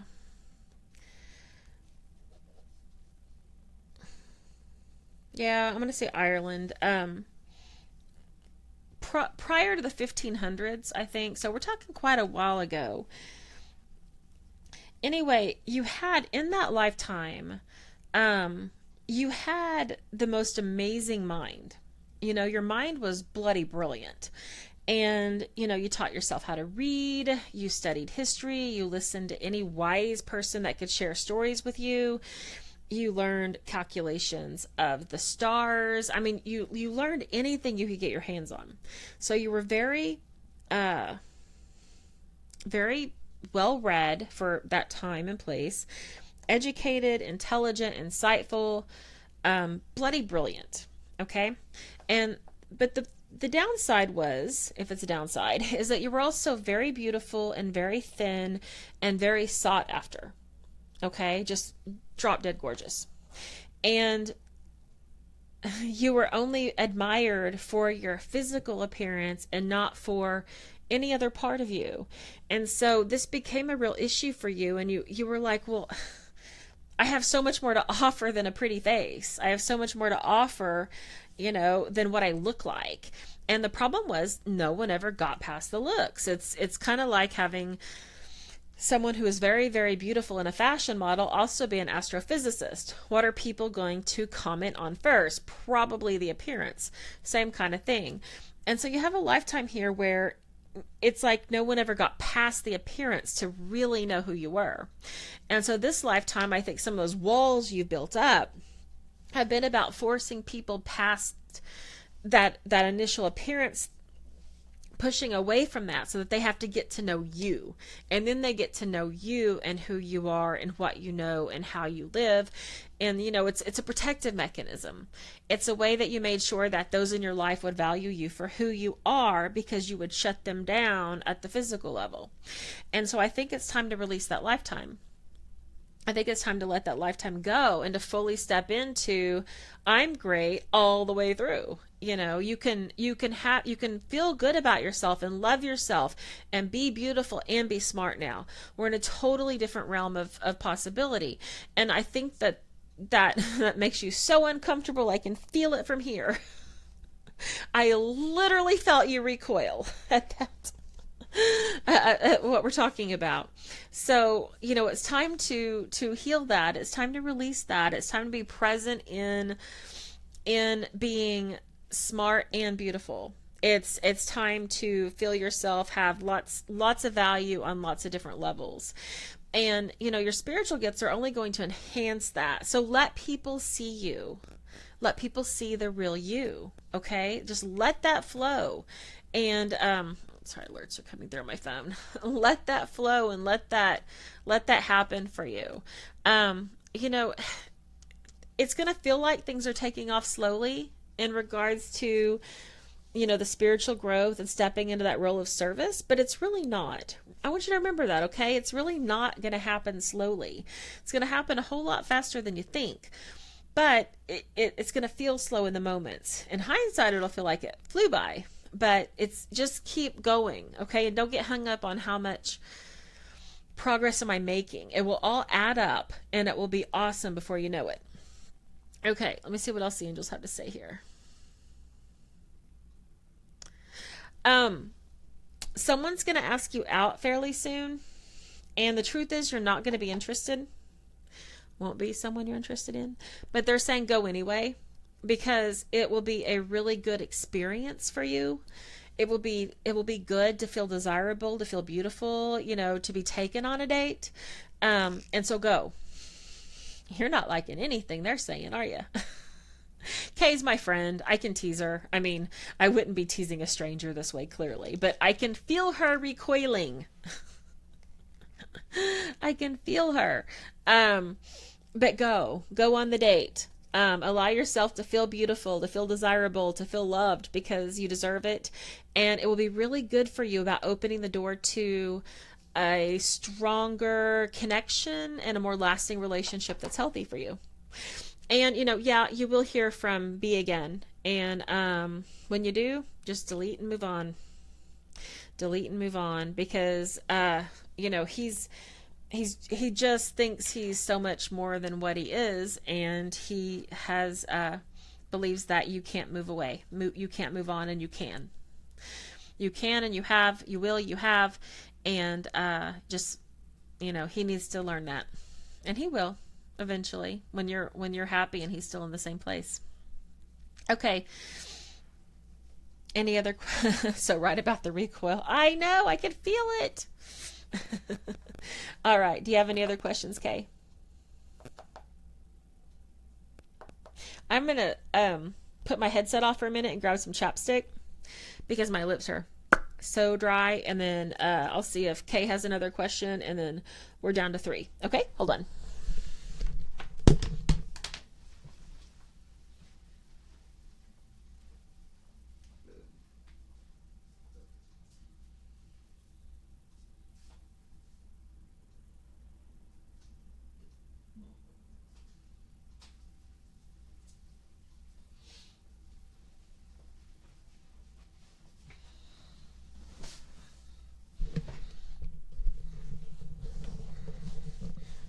Okay.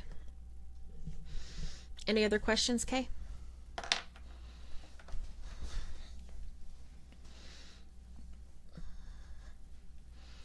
And for anyone else in here that goes to the spirit fairs, Cindy Green spirit fairs, I think this next weekend, maybe. Yeah, this next weekend. And Kay will be there offering card readings for donations. Yep, she's gonna be so happy I said that. Sucks not being taken seriously. Yeah, it does. But he'll figure it out. He'll figure it out. The thing is that your energy type, the incarnate angel energy type, is one that does not easily give up on people, and is one that does not easily walk away. And so, whether he knows about energy types or not, he can at least feel that you are someone who doesn't walk away from others. And so in his mind, you're not going to walk away from him. I mean, probably because he thinks he's so great, but more importantly, because of who you are, because you don't give up on people. Okay. All right, Rebecca, your turn. Let me scroll up and find your questions. Thanks for the plug. You're welcome, Kay. You are welcome. And when it's time for the fair, remind me and I'll post it on my Facebook too. Okay, I'd like angel messages, and I'd like to know about the reunion between Kiki and her papa, Ledbetter. Okay.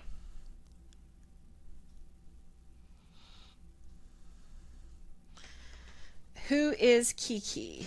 Let me ask you that. Who's Kiki, so I know who I'm looking for. And then I'll just do your angel messages as well. Okay. Oops, that one fell out, so you get that one.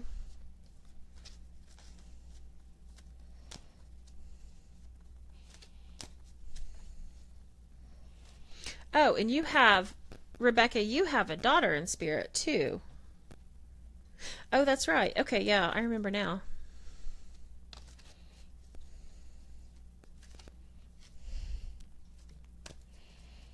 Okay. Oh, that's your daughter, Key. Okay. Well, I guess they were trying to tell me. I was just making them two different people because you just posted that. My daughter. Yeah, my bad. You do have a daughter in spirit. Okay.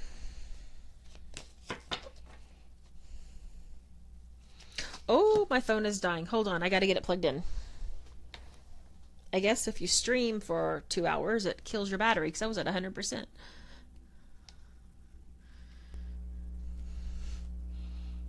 Okay. There we go. Now I got to contend with cords and try not to pull anything.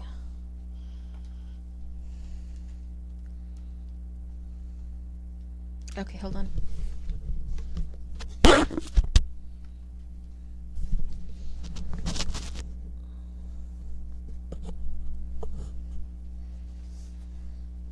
Okay.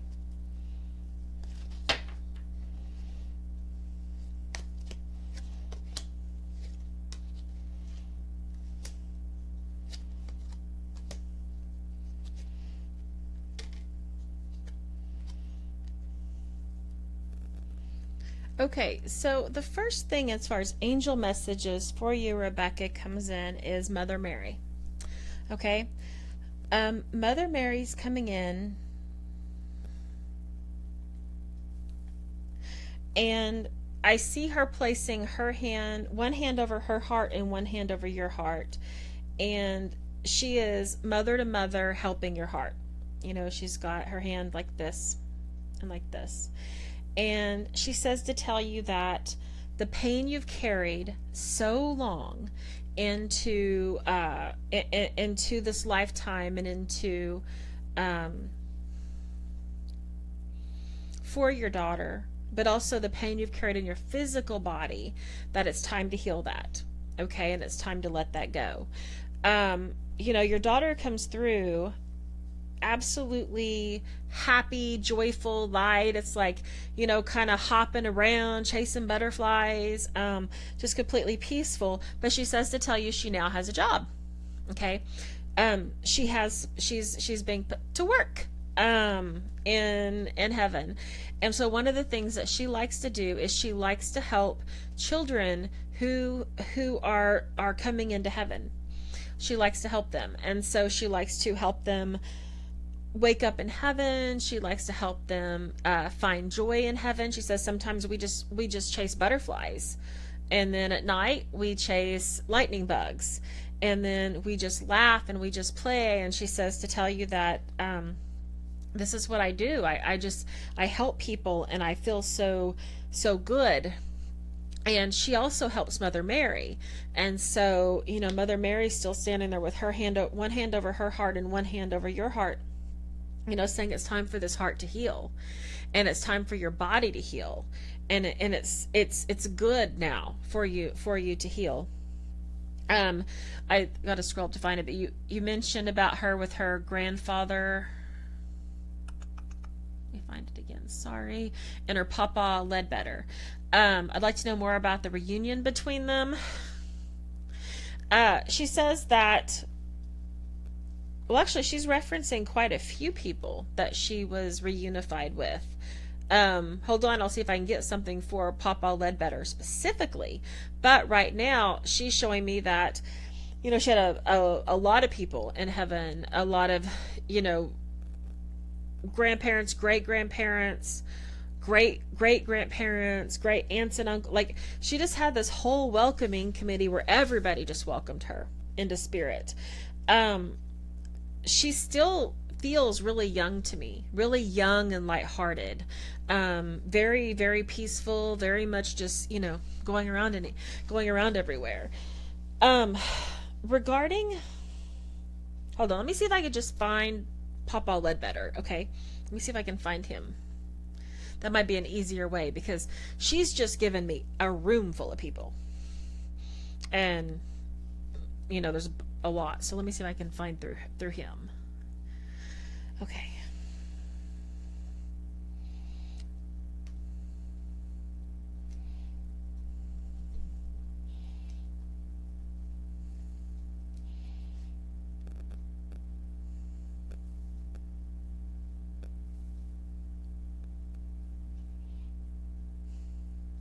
Okay, I do see a man, 5 years old when she died. Well, she still has all the energy of that young. Um, she's very youthful, very, very youthful. There is so I do see an older man in spirit. I don't know for sure that it's Papa Ledbetter, so let's just go with it and see where we end up. Um, but he is, to me, I would say he's tall and thin. I mean, he's not just super rail thin, but he's not big either. And his picture's black and white. So if I'm guessing what he's wearing, it's like their brown pants and a shirt that is short sleeves and it's got a pocket right here. But the picture of himself he's showing me is black and white, so I really can't tell for sure what he looks like. His hair's a little thin on top, and I see something like keys attached to the side of his pants or in his pocket right there. Something that looks like a key ring thing, like, that has the hook on it, that looks like that. And so I do see that person in spirits coming forward. He is, yeah, he's probably that generation anyway of that. Anyway, I'm sure there are tons of people. She's surrounded by lots of people. She very much is. Now, here's what's interesting. She could choose to grow up. And she can choose to be whatever age she wants to be. That's the truth about heaven. So, like my grandma Lucy, who was 89 when she died, when she comes through, she's probably in her mid-50s, because she doesn't want to be 89, but also I wouldn't know her at 20. So, she's able-bodied and she looks good, but she picks that age. Okay, and you said that's her great, great, great Uncle Clyde. Okay, good. Well, that's the man stepping forward with her. And like, I'm helping her too, he says. I'm helping her too. But Kiki's choosing to stay young. She's choosing to stay very youthful. Her choice. She can do whatever she wants. But there's so much joy in childhood. There's so much joy, and she gets to bring so much joy that why would she grow up when she can just be young and joyful? Now, she can be any age she wants to be. But right now she is so content and helping other children cross into spirit, and she is, I said, chasing butterflies and chasing lightning bugs and just having a great, great time with it. So yeah, her Uncle Clyde with her. Okay, now I've got another man coming through, and he's wearing overalls. He kind of looks like a country guy to me. Overalls, loves to fish. I see a fishing pole. I see, it's rural. I can't say for certain, like farming per se, but rural I can say for sure. Because I don't see a whole lot of farm right now, but what I do see is a fishing pole, and I see fishing. So, man in overalls holding a fishing pole, and country-ish coming through as well. So if you know who that is, he's stepping forward as well. Yeah, and she is just surrounded by people. Surrounded by people. Now, one thing Spirit is saying to tell you as well, changes are coming. Okay? Changes are coming, and the good news is they're healing changes, as evidenced by this. So, really be ready to receive healing. Be ready to receive love, receive healing, because it's your time. You've carried so much burden for so long, and it's time to let some of that go. It's time to, now, one thing Spirit is saying here, well, it's time. Here's the time for you to rest, okay? And this one is being the observer. So this one is like not taking on everybody's pain for yourself, okay? Though, great, great, great Uncle Mouser. There's a lot of uncles in this family. Like I said, she was surrounded. She is absolutely surrounded by lots and lots and lots of relatives. So Rebecca, for you, there's, you have so much healing on its way. I really want you to focus on being available to receive it. As a medium and a minister, I see every kind of loss we can imagine. So, soulmates, spouses, a mother, a woman who loses her mom, sisters, even twins who can lose one of the twins. But I'll honestly say, I think the hardest loss is when we lose a child. I really mean that. And even, since we started talking, the pain in my heart hasn't stopped, because when you lose a child, it really is a pain that just fractures you in a split second. And so all of this, I believe, is bringing you to a point where your heart is truly going to heal. And knowing that your daughter is fine, and knowing that she is having a wonderful time in heaven, and that she's surrounded by tons of relatives, that love her, and, mostly that she's decided to stay young. She's decided to stay youthful, joyful, because she can hold that vibration so easily, and that she can be part of that healing for, children that go into heaven that, need to go chase butterflies and chase lightning bugs. Right? And that's what she's getting. So I feel like that's what you're going to get. I feel like it's your time to heal, and it's your time to be peaceful. Remember to be the observer as much as you can, and especially when it comes to other people's lives, be the observer and focus on you right now. Focus on your well-being, focus on your healing, focus on all of that, because that's what Mother Mary's stepping forward and saying, it's time for your heart to heal. Time for your heart to heal. I feel very blessed to have had her for 5 years. Yeah. I can see that. She's a very, very beautiful soul. Definitely an earth angel. And typically earth angels don't come down for very long. They tend to live short lives. Not always, but certain types of earth angels do. Of course, that makes it harder. But it's, having an earth angel for 5 years is a blessing, and you get to have her forever. I mean, you don't have her in the same way, but you do get to have her forever. And then you get to be a part of every lifetime that she changes, because she's changing lifetimes. She's changing people's lives right now, just running around and helping children that are going into spirit and helping them, catch butterflies and lightning bugs, because that's what it is. Anytime you see a butterfly, you should assume it's her. For real. Anytime you see a butterfly, you should know that. Sydney's your angel here. Yes, she is. She very much is. What a lucky mom to have 2 angels. I think so. But it's time for your healing. It's time for your healing. And the changes are coming. That's what this one is. The changes are coming. This one is that divine feminine, that Mother Mary. So it's all on its way. And you have so many relatives in spirit.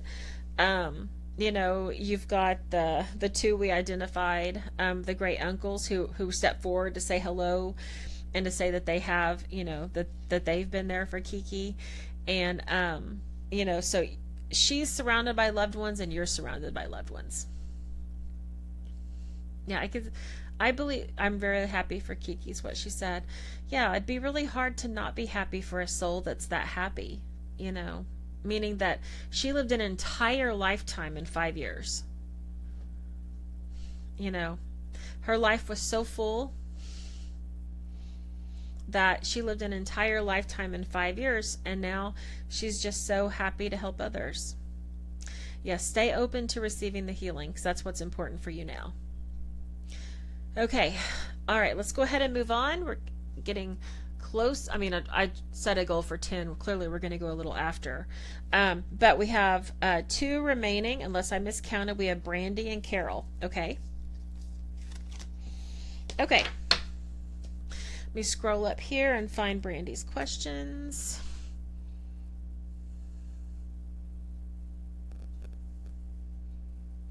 Okay, I would appreciate it if you can share what BT. Let me get. Wait, I need new paper.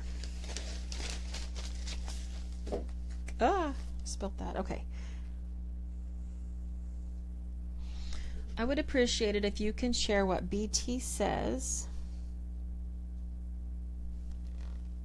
And if BC heard my apology.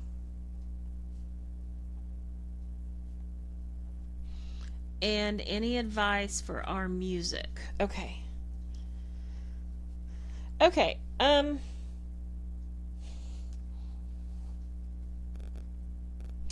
I have a man coming through in spirit, and I don't have any idea which one of these initials he is.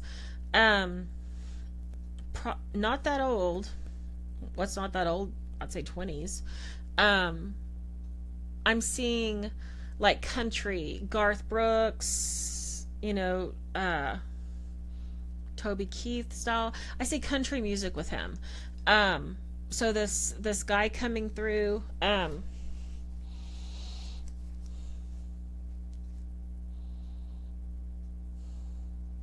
on. Okay. I think this is a significant other. Your generation coming through. Hang on, let me see. Where are you going to write to me at? Are you going to write to me on the live feed, or are you going to write to me on the Facebook page? Okay, so this is someone who loved you very much. He says, male. I see a strong connection to country music. Outdoorsy. Okay, right there, great. Very outdoorsy. My thought is he probably liked to get muddy. Or at least like to be outside and be dirty. Do you know who I'm talking about? Has this clicked who this is yet?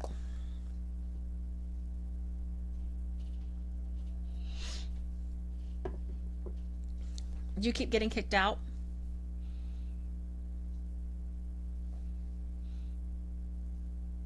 Okay. Oh, wait, I asked you two questions. Sorry. Do you know who this is, or do you keep getting kicked out? Because I asked you both.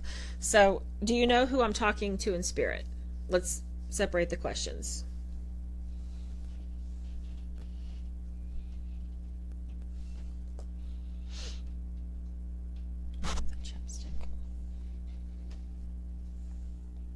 Okay, sorry. Technology, right? Well, and some spirits blow the connection. So if you keep getting kicked out, ask your spirits to back up some, because they'll blow the connection for you. Okay, so this person I'm talking to, this guy, is he one of those initials you gave me, or is that someone else?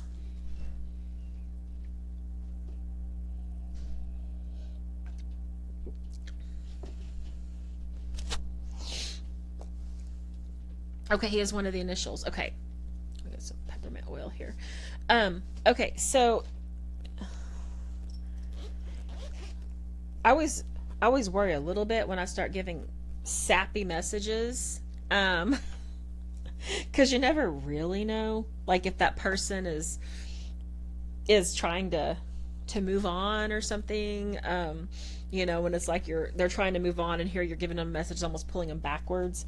But so BT, this person I'm talking to, this guy, is like saying to you that you are absolutely, positively the love of his life. Absolutely, positively the love of his life. That life was only life because of you. And you may have had, like rocky times, and times where it wasn't easy, and times where you didn't think this was going to work. And maybe there were times it didn't work. But all roads, he says, all roads lead back to you. All roads always lead back to you. And, to me, it feels like he died too young, because it kind of feels like you guys had all these plans, and those plans didn't get to manifest the way you thought. But he'd do it all over again, and he would still choose you. So that's what you need to know more than anything else, is that he would do it all over again, and he would still choose you. With every good day, every bad day, everything in between, he would still choose you. And you are the love of his life. He's not saying it. I'm just curious. Are you moving on? Are you moving forward in life and like moving on and trying to create a new life at this point? And how long has it been?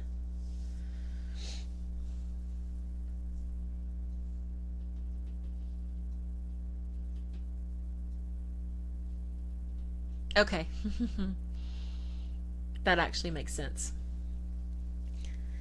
7 years. Wow.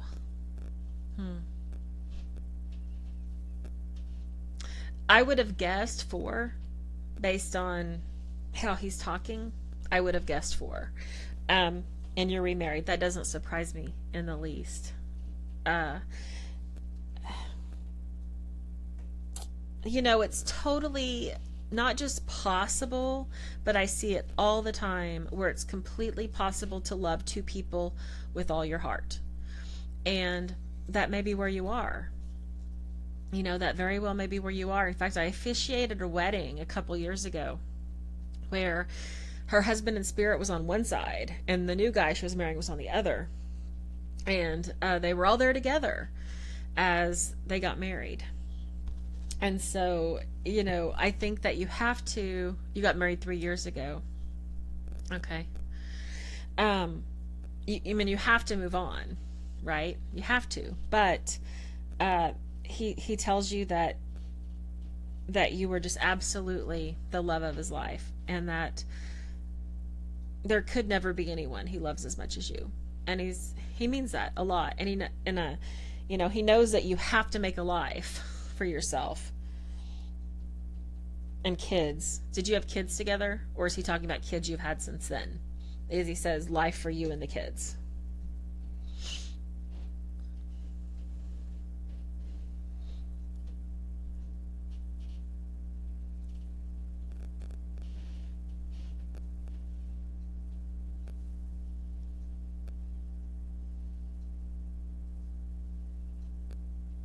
Both had kids. Okay. Yeah. You have to make a life for you and your family, and that's a good thing. That's a real good thing. He knows you're struggling. He says, I know that. And so sometimes I'll try to take a step back. But it's hard because he wants to. Sometimes when he's near you, it triggers. Instead of triggering comfort, it triggers pain. And so he tries to step back. Yeah, you both had kids apart, but he's amazing with your daughter. Yeah. He claims her. Yeah, he claims her as his.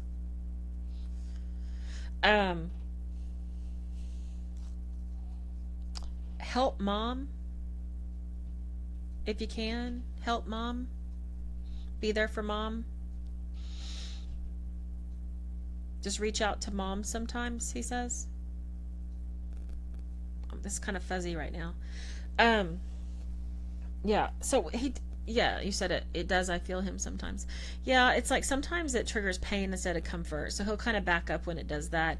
And he knows you have to make a life. I mean, aside from the fact that, what he reminds me of is there was an old movie from like 1993 or 1994 that was called 8 Seconds, and it was the story of Lane Frost, the bull rider. And there were 3 of them in there, and so one was always writing songs, and one song was called Waiting on Lane, and that's the one that's popping in my head right now. So he reminds me of that guy. From there.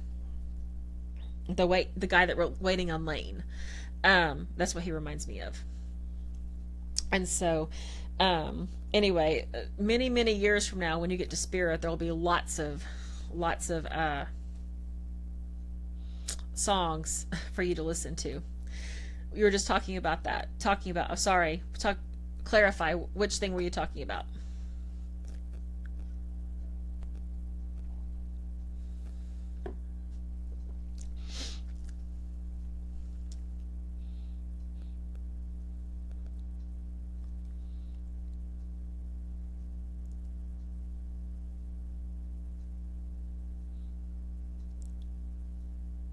Oh, ha! That's funny. Well, clearly, if you were talking about it, he heard you, and that's why he made it pop in my head. Because all of a sudden, that just popped in there with the Waiting on Lane poem from 8 seconds yesterday morning. Well, BT was with you yesterday morning, and he heard it because that's why it popped in my head. See, I love those spirit God winks. A movie from, was it 93, 94? I mean, that's been more than 20 years ago. So a 20 plus year movie that she's talking about yesterday, her love makes me think of today, and bam, that's how it works. Yeah, so awesome sauce. Okay, the other thing, did BC hear you apologize?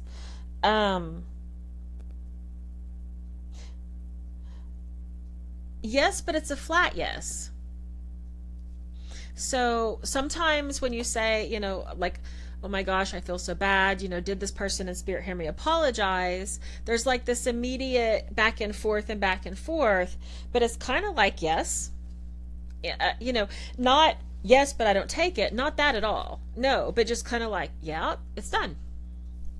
And that's what I hear with the apology thing. So yes, the apology was heard. And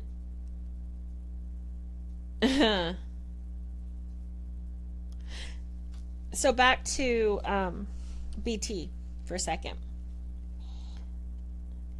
He just literally said these words. I am sorry that I died. Maybe you need to hear that. I am sorry that I died. But I'm not sorry about our life. Okay? And I don't know if he said that before or not, but maybe the apology to BC made him think like he needed to jump in on that apology. Because, yeah, oh, good, you said she was like that. Okay, good, because it's just like, yep, heard it. And nothing else. You blame yourself for what?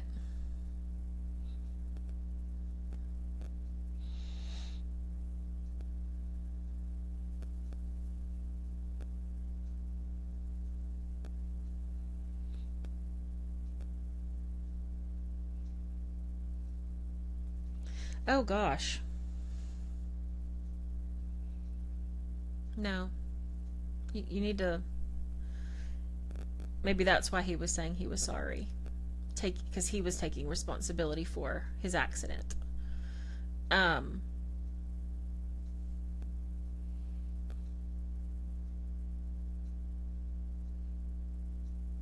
He asked if he should come to hear me or not, and I said yes. Were you singing or performing?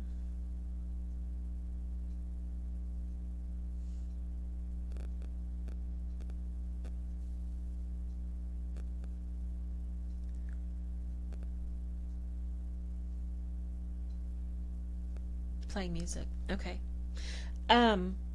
Here's an absolute truth. And being a medium, I hear this all the time. And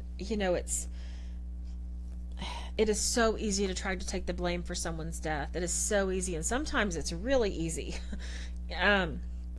But every soul I've ever talked to in heaven has said at the end of that day, I was going home no matter how. No matter how. And, the only thing that was a question was how would I go home? Not that I was going home. And this really became true for me when my cousin was hit and killed by a drunk driver. And, my family was so devastated. And, they wanted to blame the man who was driving drunk. Of course, he was driving drunk. He was in the wrong. But what my cousin said when he came back to visit was, at the end of that day, I was going to heaven no matter what. The only question was the how. It could have been I had a heart attack. It could have been I went off the road in a single car accident, hit a tree. It could have been I slipped in a diabetic coma. There's a whole lot of ways it could have happened. And this is how it happened, with this wreck. But at the end of that day, I was going home no matter what. So here's what you take from that. At the end of that day, he was going to go home no matter what. And I don't believe in telling people it was his time, because that sounds extremely insensitive and kind of like a jerk. Okay? Or at least it always did to me. But here's what Spirit consistently says is the decision to stay on this planet or the decision to go home is a sacred contract between God and that soul. And it won't make sense to us. It won't. I mean, there's nothing that can ever make sense on like a 5-year-old going to Spirit. There's nothing that can ever make sense on a 21-year-old going to Spirit, a 32-year-old going to Spirit. We cannot make logic out of these things. But what we can do is honor that soul in God had a sacred contract, and for whatever their reasons were theirs. And we might not understand it, and we might not like it, and it might cause us pain, but the truth was, it was that contract between God and that soul, and it's theirs. And so remember that, okay? Because that day he went home, it could have been in a lot of different ways, but he was going to go home. And by the way, this is the exact, when my husband asked me if he could buy a motorcycle, that's exactly what I said. I said, well, I guess so, because if you're going to die on a motorcycle, you'd be dying that day anyway. The only thing that matters is the how. Because if your time is done and your sacred contract between you and God is up, it doesn't matter if you're on a motorcycle or not, you will go home. And that's the absolute truth. And so whether he was driving to hear you play or whether he was doing something else, he would have gone home. And again, there's nothing I can do that can make that logical or, or sound like, oh yeah, that reason, I can apply reason to that. And, there you go. He had a motorcycle. Yeah, that's why I said that. I would say he's hitting pretty good tonight with the movie and with the motorcycle, because that's pretty impressive. Yeah. So no matter what, that was his time to go home. And it doesn't make sense, and it's not logical, and it sucks beyond belief. But he would have gone home that day no matter what. And, that's what you have to remember. And again, remember, he'd choose you again. Kind of looks like you guys had some pretty rocky moments in there, based on his perception anyway. And he would still choose you. He's so clear on that. He'd do it all again. He'd do it all again. Okay. All right. Anything else? Thank you. It still hurts. I don't go see his grave. Well, okay, that's a pet peeve of mine right there. Why would you go to his grave? He's not there. He's not there. You want to see him, say his name and call him to you. You want to talk to him, just talk, he'll hear. I get the idea of a grave. I get it. It's a place to go to remember, but the truth is we should have these memorials in our homes. We should honor our loved ones in our homes and in our yards and in our lives, and not at a place we go visit once a year on Memorial Day. So, you don't have to go see his grave because he's not there. Remember that. He's not there. Well, he goes, if you were to be there, I'd go there, but I'm not going to just go there and hang out. So he'll go there if people are there, but he's not going to go hang out there. He doesn't need to be reminded of that. He needs to be reminded of the life. So he's around the people, not the cemetery. Remember that. Okay? And remember that for all of you that have lost loved ones. You want to talk to them, talk. Just talk, just say, hey, Lucy, what you doing? Of course, she bugs me crazy all the time. But, just talk to your loved one. You don't have to go to the cemetery. You don't have to go to their grave. You just talk. They hear you. And clearly he did, because he knew you were watching or talking about the 8 Seconds movie and that Waiting on Lane poem. Because, it's been easily 22 years since I've seen that movie, and I remembered it because it popped in my head. So, all right. Okay, Brandy, thank you, thank you. My pleasure, and we're going to move on to Carol. Carol, are you with us? I'm going to check the group here, make sure that you're not in there. You're very welcome. Okay, Carol, I'm going to refresh this page here.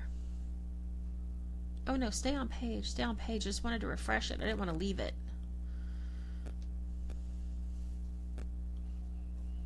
Okay, maybe I'll go. Okay, Carol, are you with us? Let me check here.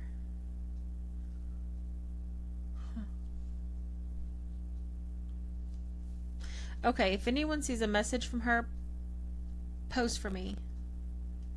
Because I'm trying to look and see. Let me scroll up. Okay, Carol.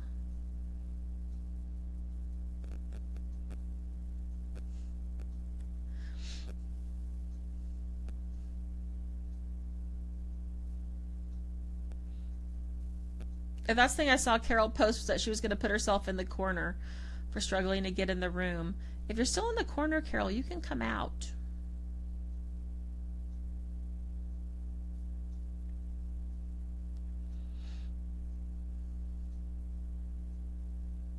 Carol.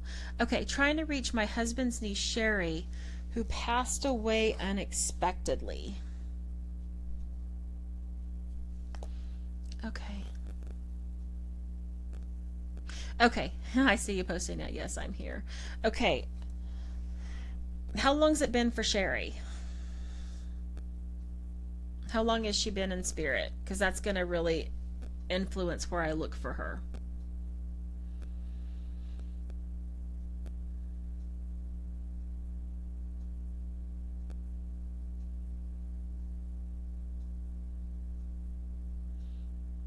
Because she's not in the room with me, so I'm gonna have to find her or try to find her.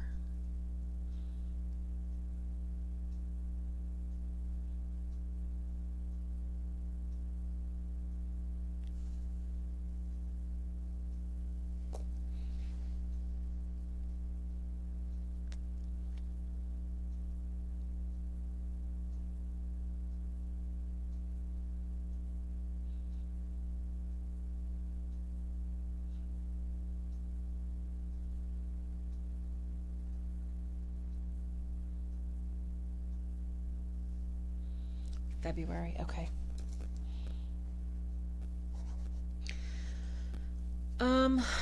Okay, let me ask Archangel Michael. It's just been since February. Can we find her? Can we talk to her?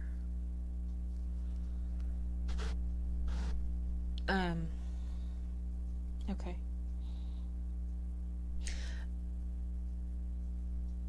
Carol, did Sherry have headaches? And did she have any problems with her vision? Like she wore glasses or she have any kind of eye thing going on?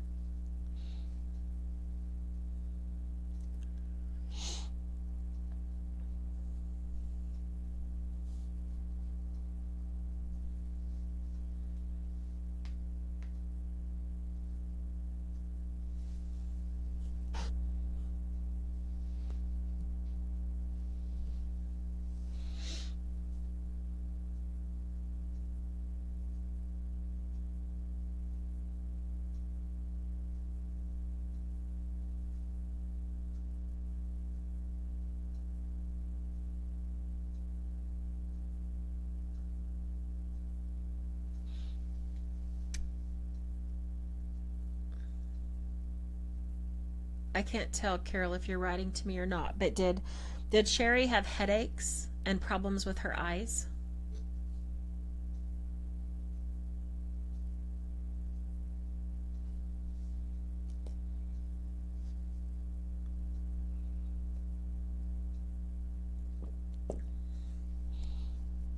She wore glasses and I think she had headaches. Okay, I think I might have her. The problem is, not the problem, the challenge is that since she's only been in spirit a few months, it's really hard to get a good connection. It's really hard to get a good connection. So instead of like if you just watched with Brandy's person in spirit, it was pretty specific, even down to a conversation. With someone that's only been in spirit a couple months, it's a lot harder. And so I will get you as much as I can, but it is a really weak connection. So when I'm connecting, my eyes feel blurry and my head hurts, and I'm also having like a lot of pain on my neck and my shoulders. Like I feel really kind of, I don't know, like I'm stiff or something. Like I'm stiff. Now,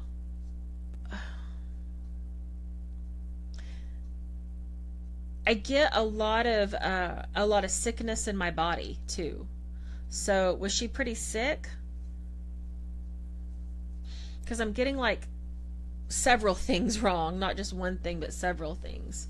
But mainly my head hurts, my eyes are kind of messed up, blurry, and then my neck really hurts, and my shoulders hurt a lot right now.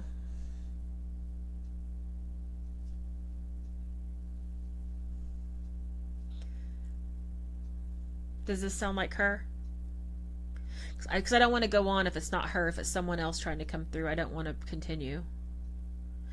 But I don't get that she was that old. I mean, how old is old, right? But I mean, maybe my guess would be 40s, 30s.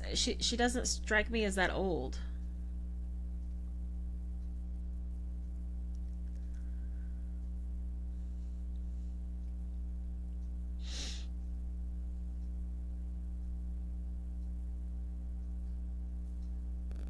Okay. Okay.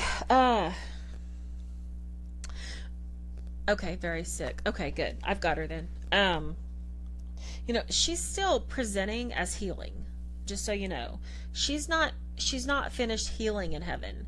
Um so sometimes when our body is very sick, we we go into heaven, and by the way, so she did wake up in heaven. So it's like she fell asleep on earth and then she woke up in heaven. So her transition was one of sleep, which is very, very peaceful. She was in her 50s. Okay. Yeah, yeah, I mean, yeah, I could see that. She just strikes me as younger than that, but I could totally see that. Um, but then again, her body is so sick, it's kind of hard to tell because she's pretty she's pretty imbalanced. Um, okay, so when you go to sleep on earth and you wake up in heaven, think of it like you wake up in a hospital, except it's not our kind of hospital. So there's not tubes in you and stuff like that. Um, but you wake up in a bed and you're surrounded by your loved ones. And then you come to terms with being in heaven. And so sometimes you just stay there. You just stay in the bed in heaven and people just comfort you. It's like you slowly get reassured that you're safe, reassured that all is well. And she needs a lot of reassurance. I mean, her body is really in need of healing, and so is her heart. Just so you know that the fracture over her heart is pretty huge. So, she definitely passed with a broken heart. But if we're looking for positives here, which I always am, the positive is she's in heaven. Okay? The positive is she is getting all of the healing and the help she needs. She is not stuck, she is not lost. She's healing. But it's just kind of slow because there's a lot there to heal. And she is surrounded by a lot of her loved ones and so forth, and it looks to me like she has a lot of mother healing to do, that she has a lot of healing to do with her mom. And so she'll have to move through that, and that'll probably be a really slow go. But she's healing. It's not a strong connection at all. It's very, very, very weak, but I can confirm that she's in heaven, and I can confirm that she is healing and that she's getting the care, the nurture, the support, and the peace that she needs. Now, you have this is either your mom or your grandma, one of the two. It's a mother role. I guess it could be mother-in-law too, but you have a mother figure in spirit stepping forward for you. Very strong mother figure coming forward. And so I'll describe her and then you can figure out which mother role it is. But she has a very gentle energy. She's very peaceful.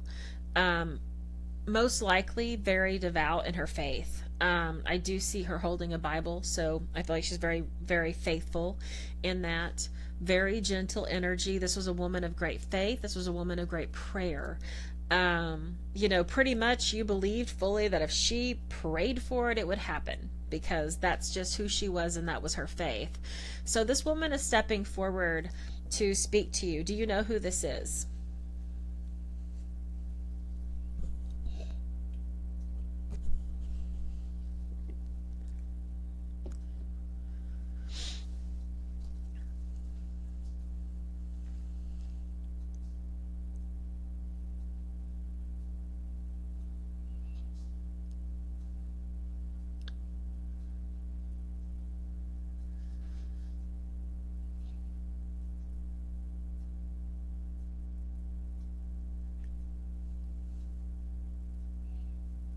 I feel silly watching the screen. Like,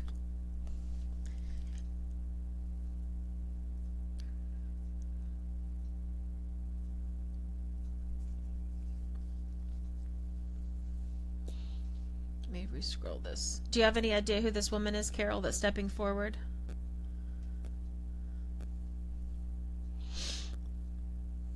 Okay, awesome. Okay, so she's stepping forward wanting to give you a message as well. And first and foremost, she says to tell you, this is Helen. Okay. She says to tell you that she checks on you so often and comes around a lot and tries to be like a guardian angel for you and a guardian angel for your family. And not everything is necessarily how she thought it was going to be on the other side and in heaven, but there's one thing that's absolutely for sure, and it's the love. It's God's love. And that she says to tell you that you will be so amazed at how much love there is for everyone, for you, for everyone. And she says to tell you that you have been, your mother-in-law, okay, that you have been a wonderful wife. You have been a wonderful person, a wonderful daughter. And she has absolutely nothing but love for you. Love for you.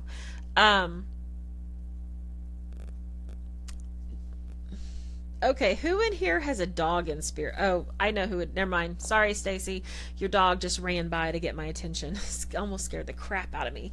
I don't know if Stacy Half Moon is in here or not, but I'll send her a message and tell her dog just darted across my office and scared me. Anyway, Carol, she's definitely making this so positive. So that's what she's taking from it. So in the event that she was a difficult mother-in-law, which I'm not saying she was, I'm just saying that in the event she was a difficult mother-in-law, she is, bringing back tons of love and gratitude. Okay? Bringing back tons of love and gratitude. She is just filling this room with so much love and faith, and it's just almost sticky, It's just almost sticky how much of that she's bringing in here. And so, she is, just really happy, and she's trying to help the niece Sherry. She's trying to help. She says that Sherry's in need of so much spiritual healing that she's trying to help, and she's trying to help her as well. Your mother-in-law comes through very much as almost like a matriarch in her faith. Very powerful, very strong, very, very determined, and very faithful. So in the event that there was ever a difficult time with her, you should know that she's let all that go, and it is just super sticky sweet. I love you, I love you, I love you now.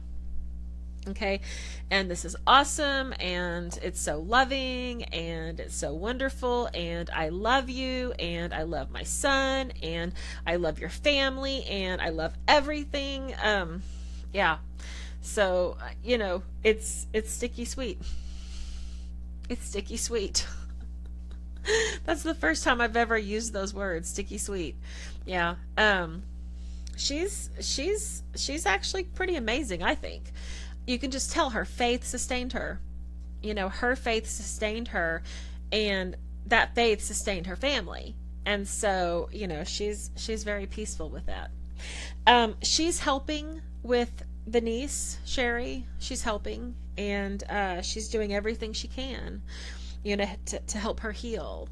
Now, okay, so she's referencing a family member that has some addiction issues, and and she's saying that they're gonna be okay, but they're gonna have to hit rock bottom. So this family member, and I feel like it's just a real immediate family member, so it might be just somebody out in the extended family that you're worried about, but she said to tell you that this person's gonna have to hit rock bottom with money, rock bottom with job, rock bottom with people, and then they'll be able to make the decisions to get out. And so she says to tell you that, to know that it's okay to whatever advice you give in regards to this person, you can let them hit rock bottom, and rock bottom will help them. It will help them. Okay. Okay. Stacy's it. Oh, this dog was definitely black. The one that just darted across my office. But the one with your mom was not. He was white. But I just assumed I only saw a shadow and I didn't see the color, because that shadow went buzzing across my office. And I thought, what was that? Because that was not a little dog. That was a big dog. So, not that mom doesn't absolutely take priority over these dogs. Yeah. Well, let me tell you. So the dog that just darted across here was, well, I saw shadow form, but was black. But the dog earlier with your mom was white. I just assumed I didn't see the color well. But yeah, your mom is, she's thinking about going and helping with John of God stuff, she says, to tell you. She's thinking about going to Brazil and spending some time down there helping people. She wants to know what you think about that. So you need to tell her what you think about that. Is that something that you think she should do? That she should go to Brazil? Now keep in mind, her trip to Brazil is as simple as a thought. She thinks Brazil, she's in Brazil. She thinks here, she's here. Literally that fast.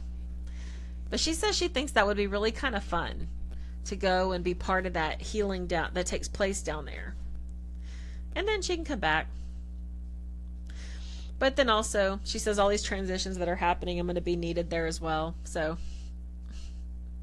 just kind of float around. All right, guys. Well, did everybody get a message? Everybody get a message? Oh, yeah. Very fast. Okay, good. Carol, I'm so glad you finally got in here. Well, I guess we're not Facebook friends, and that was the problem, was because if we had been Facebook friends, it would have done differently, but because we're not Facebook friends, I had to add your email, and because of your privacy settings, it didn't click right away. So, okay, I want to say thank you all. Thank you for being so patient with me as we rescheduled and then had to reschedule. I'm so sorry, but thank you. Because that was, that was intense with my husband. But I want to say thank you so much. It is always my pleasure. And, hopefully we will find each other on social media and stay in contact. Have a fantastic night and an even better week. And thank you for allowing me to be part of your journey. Namaste, everybody. Good night.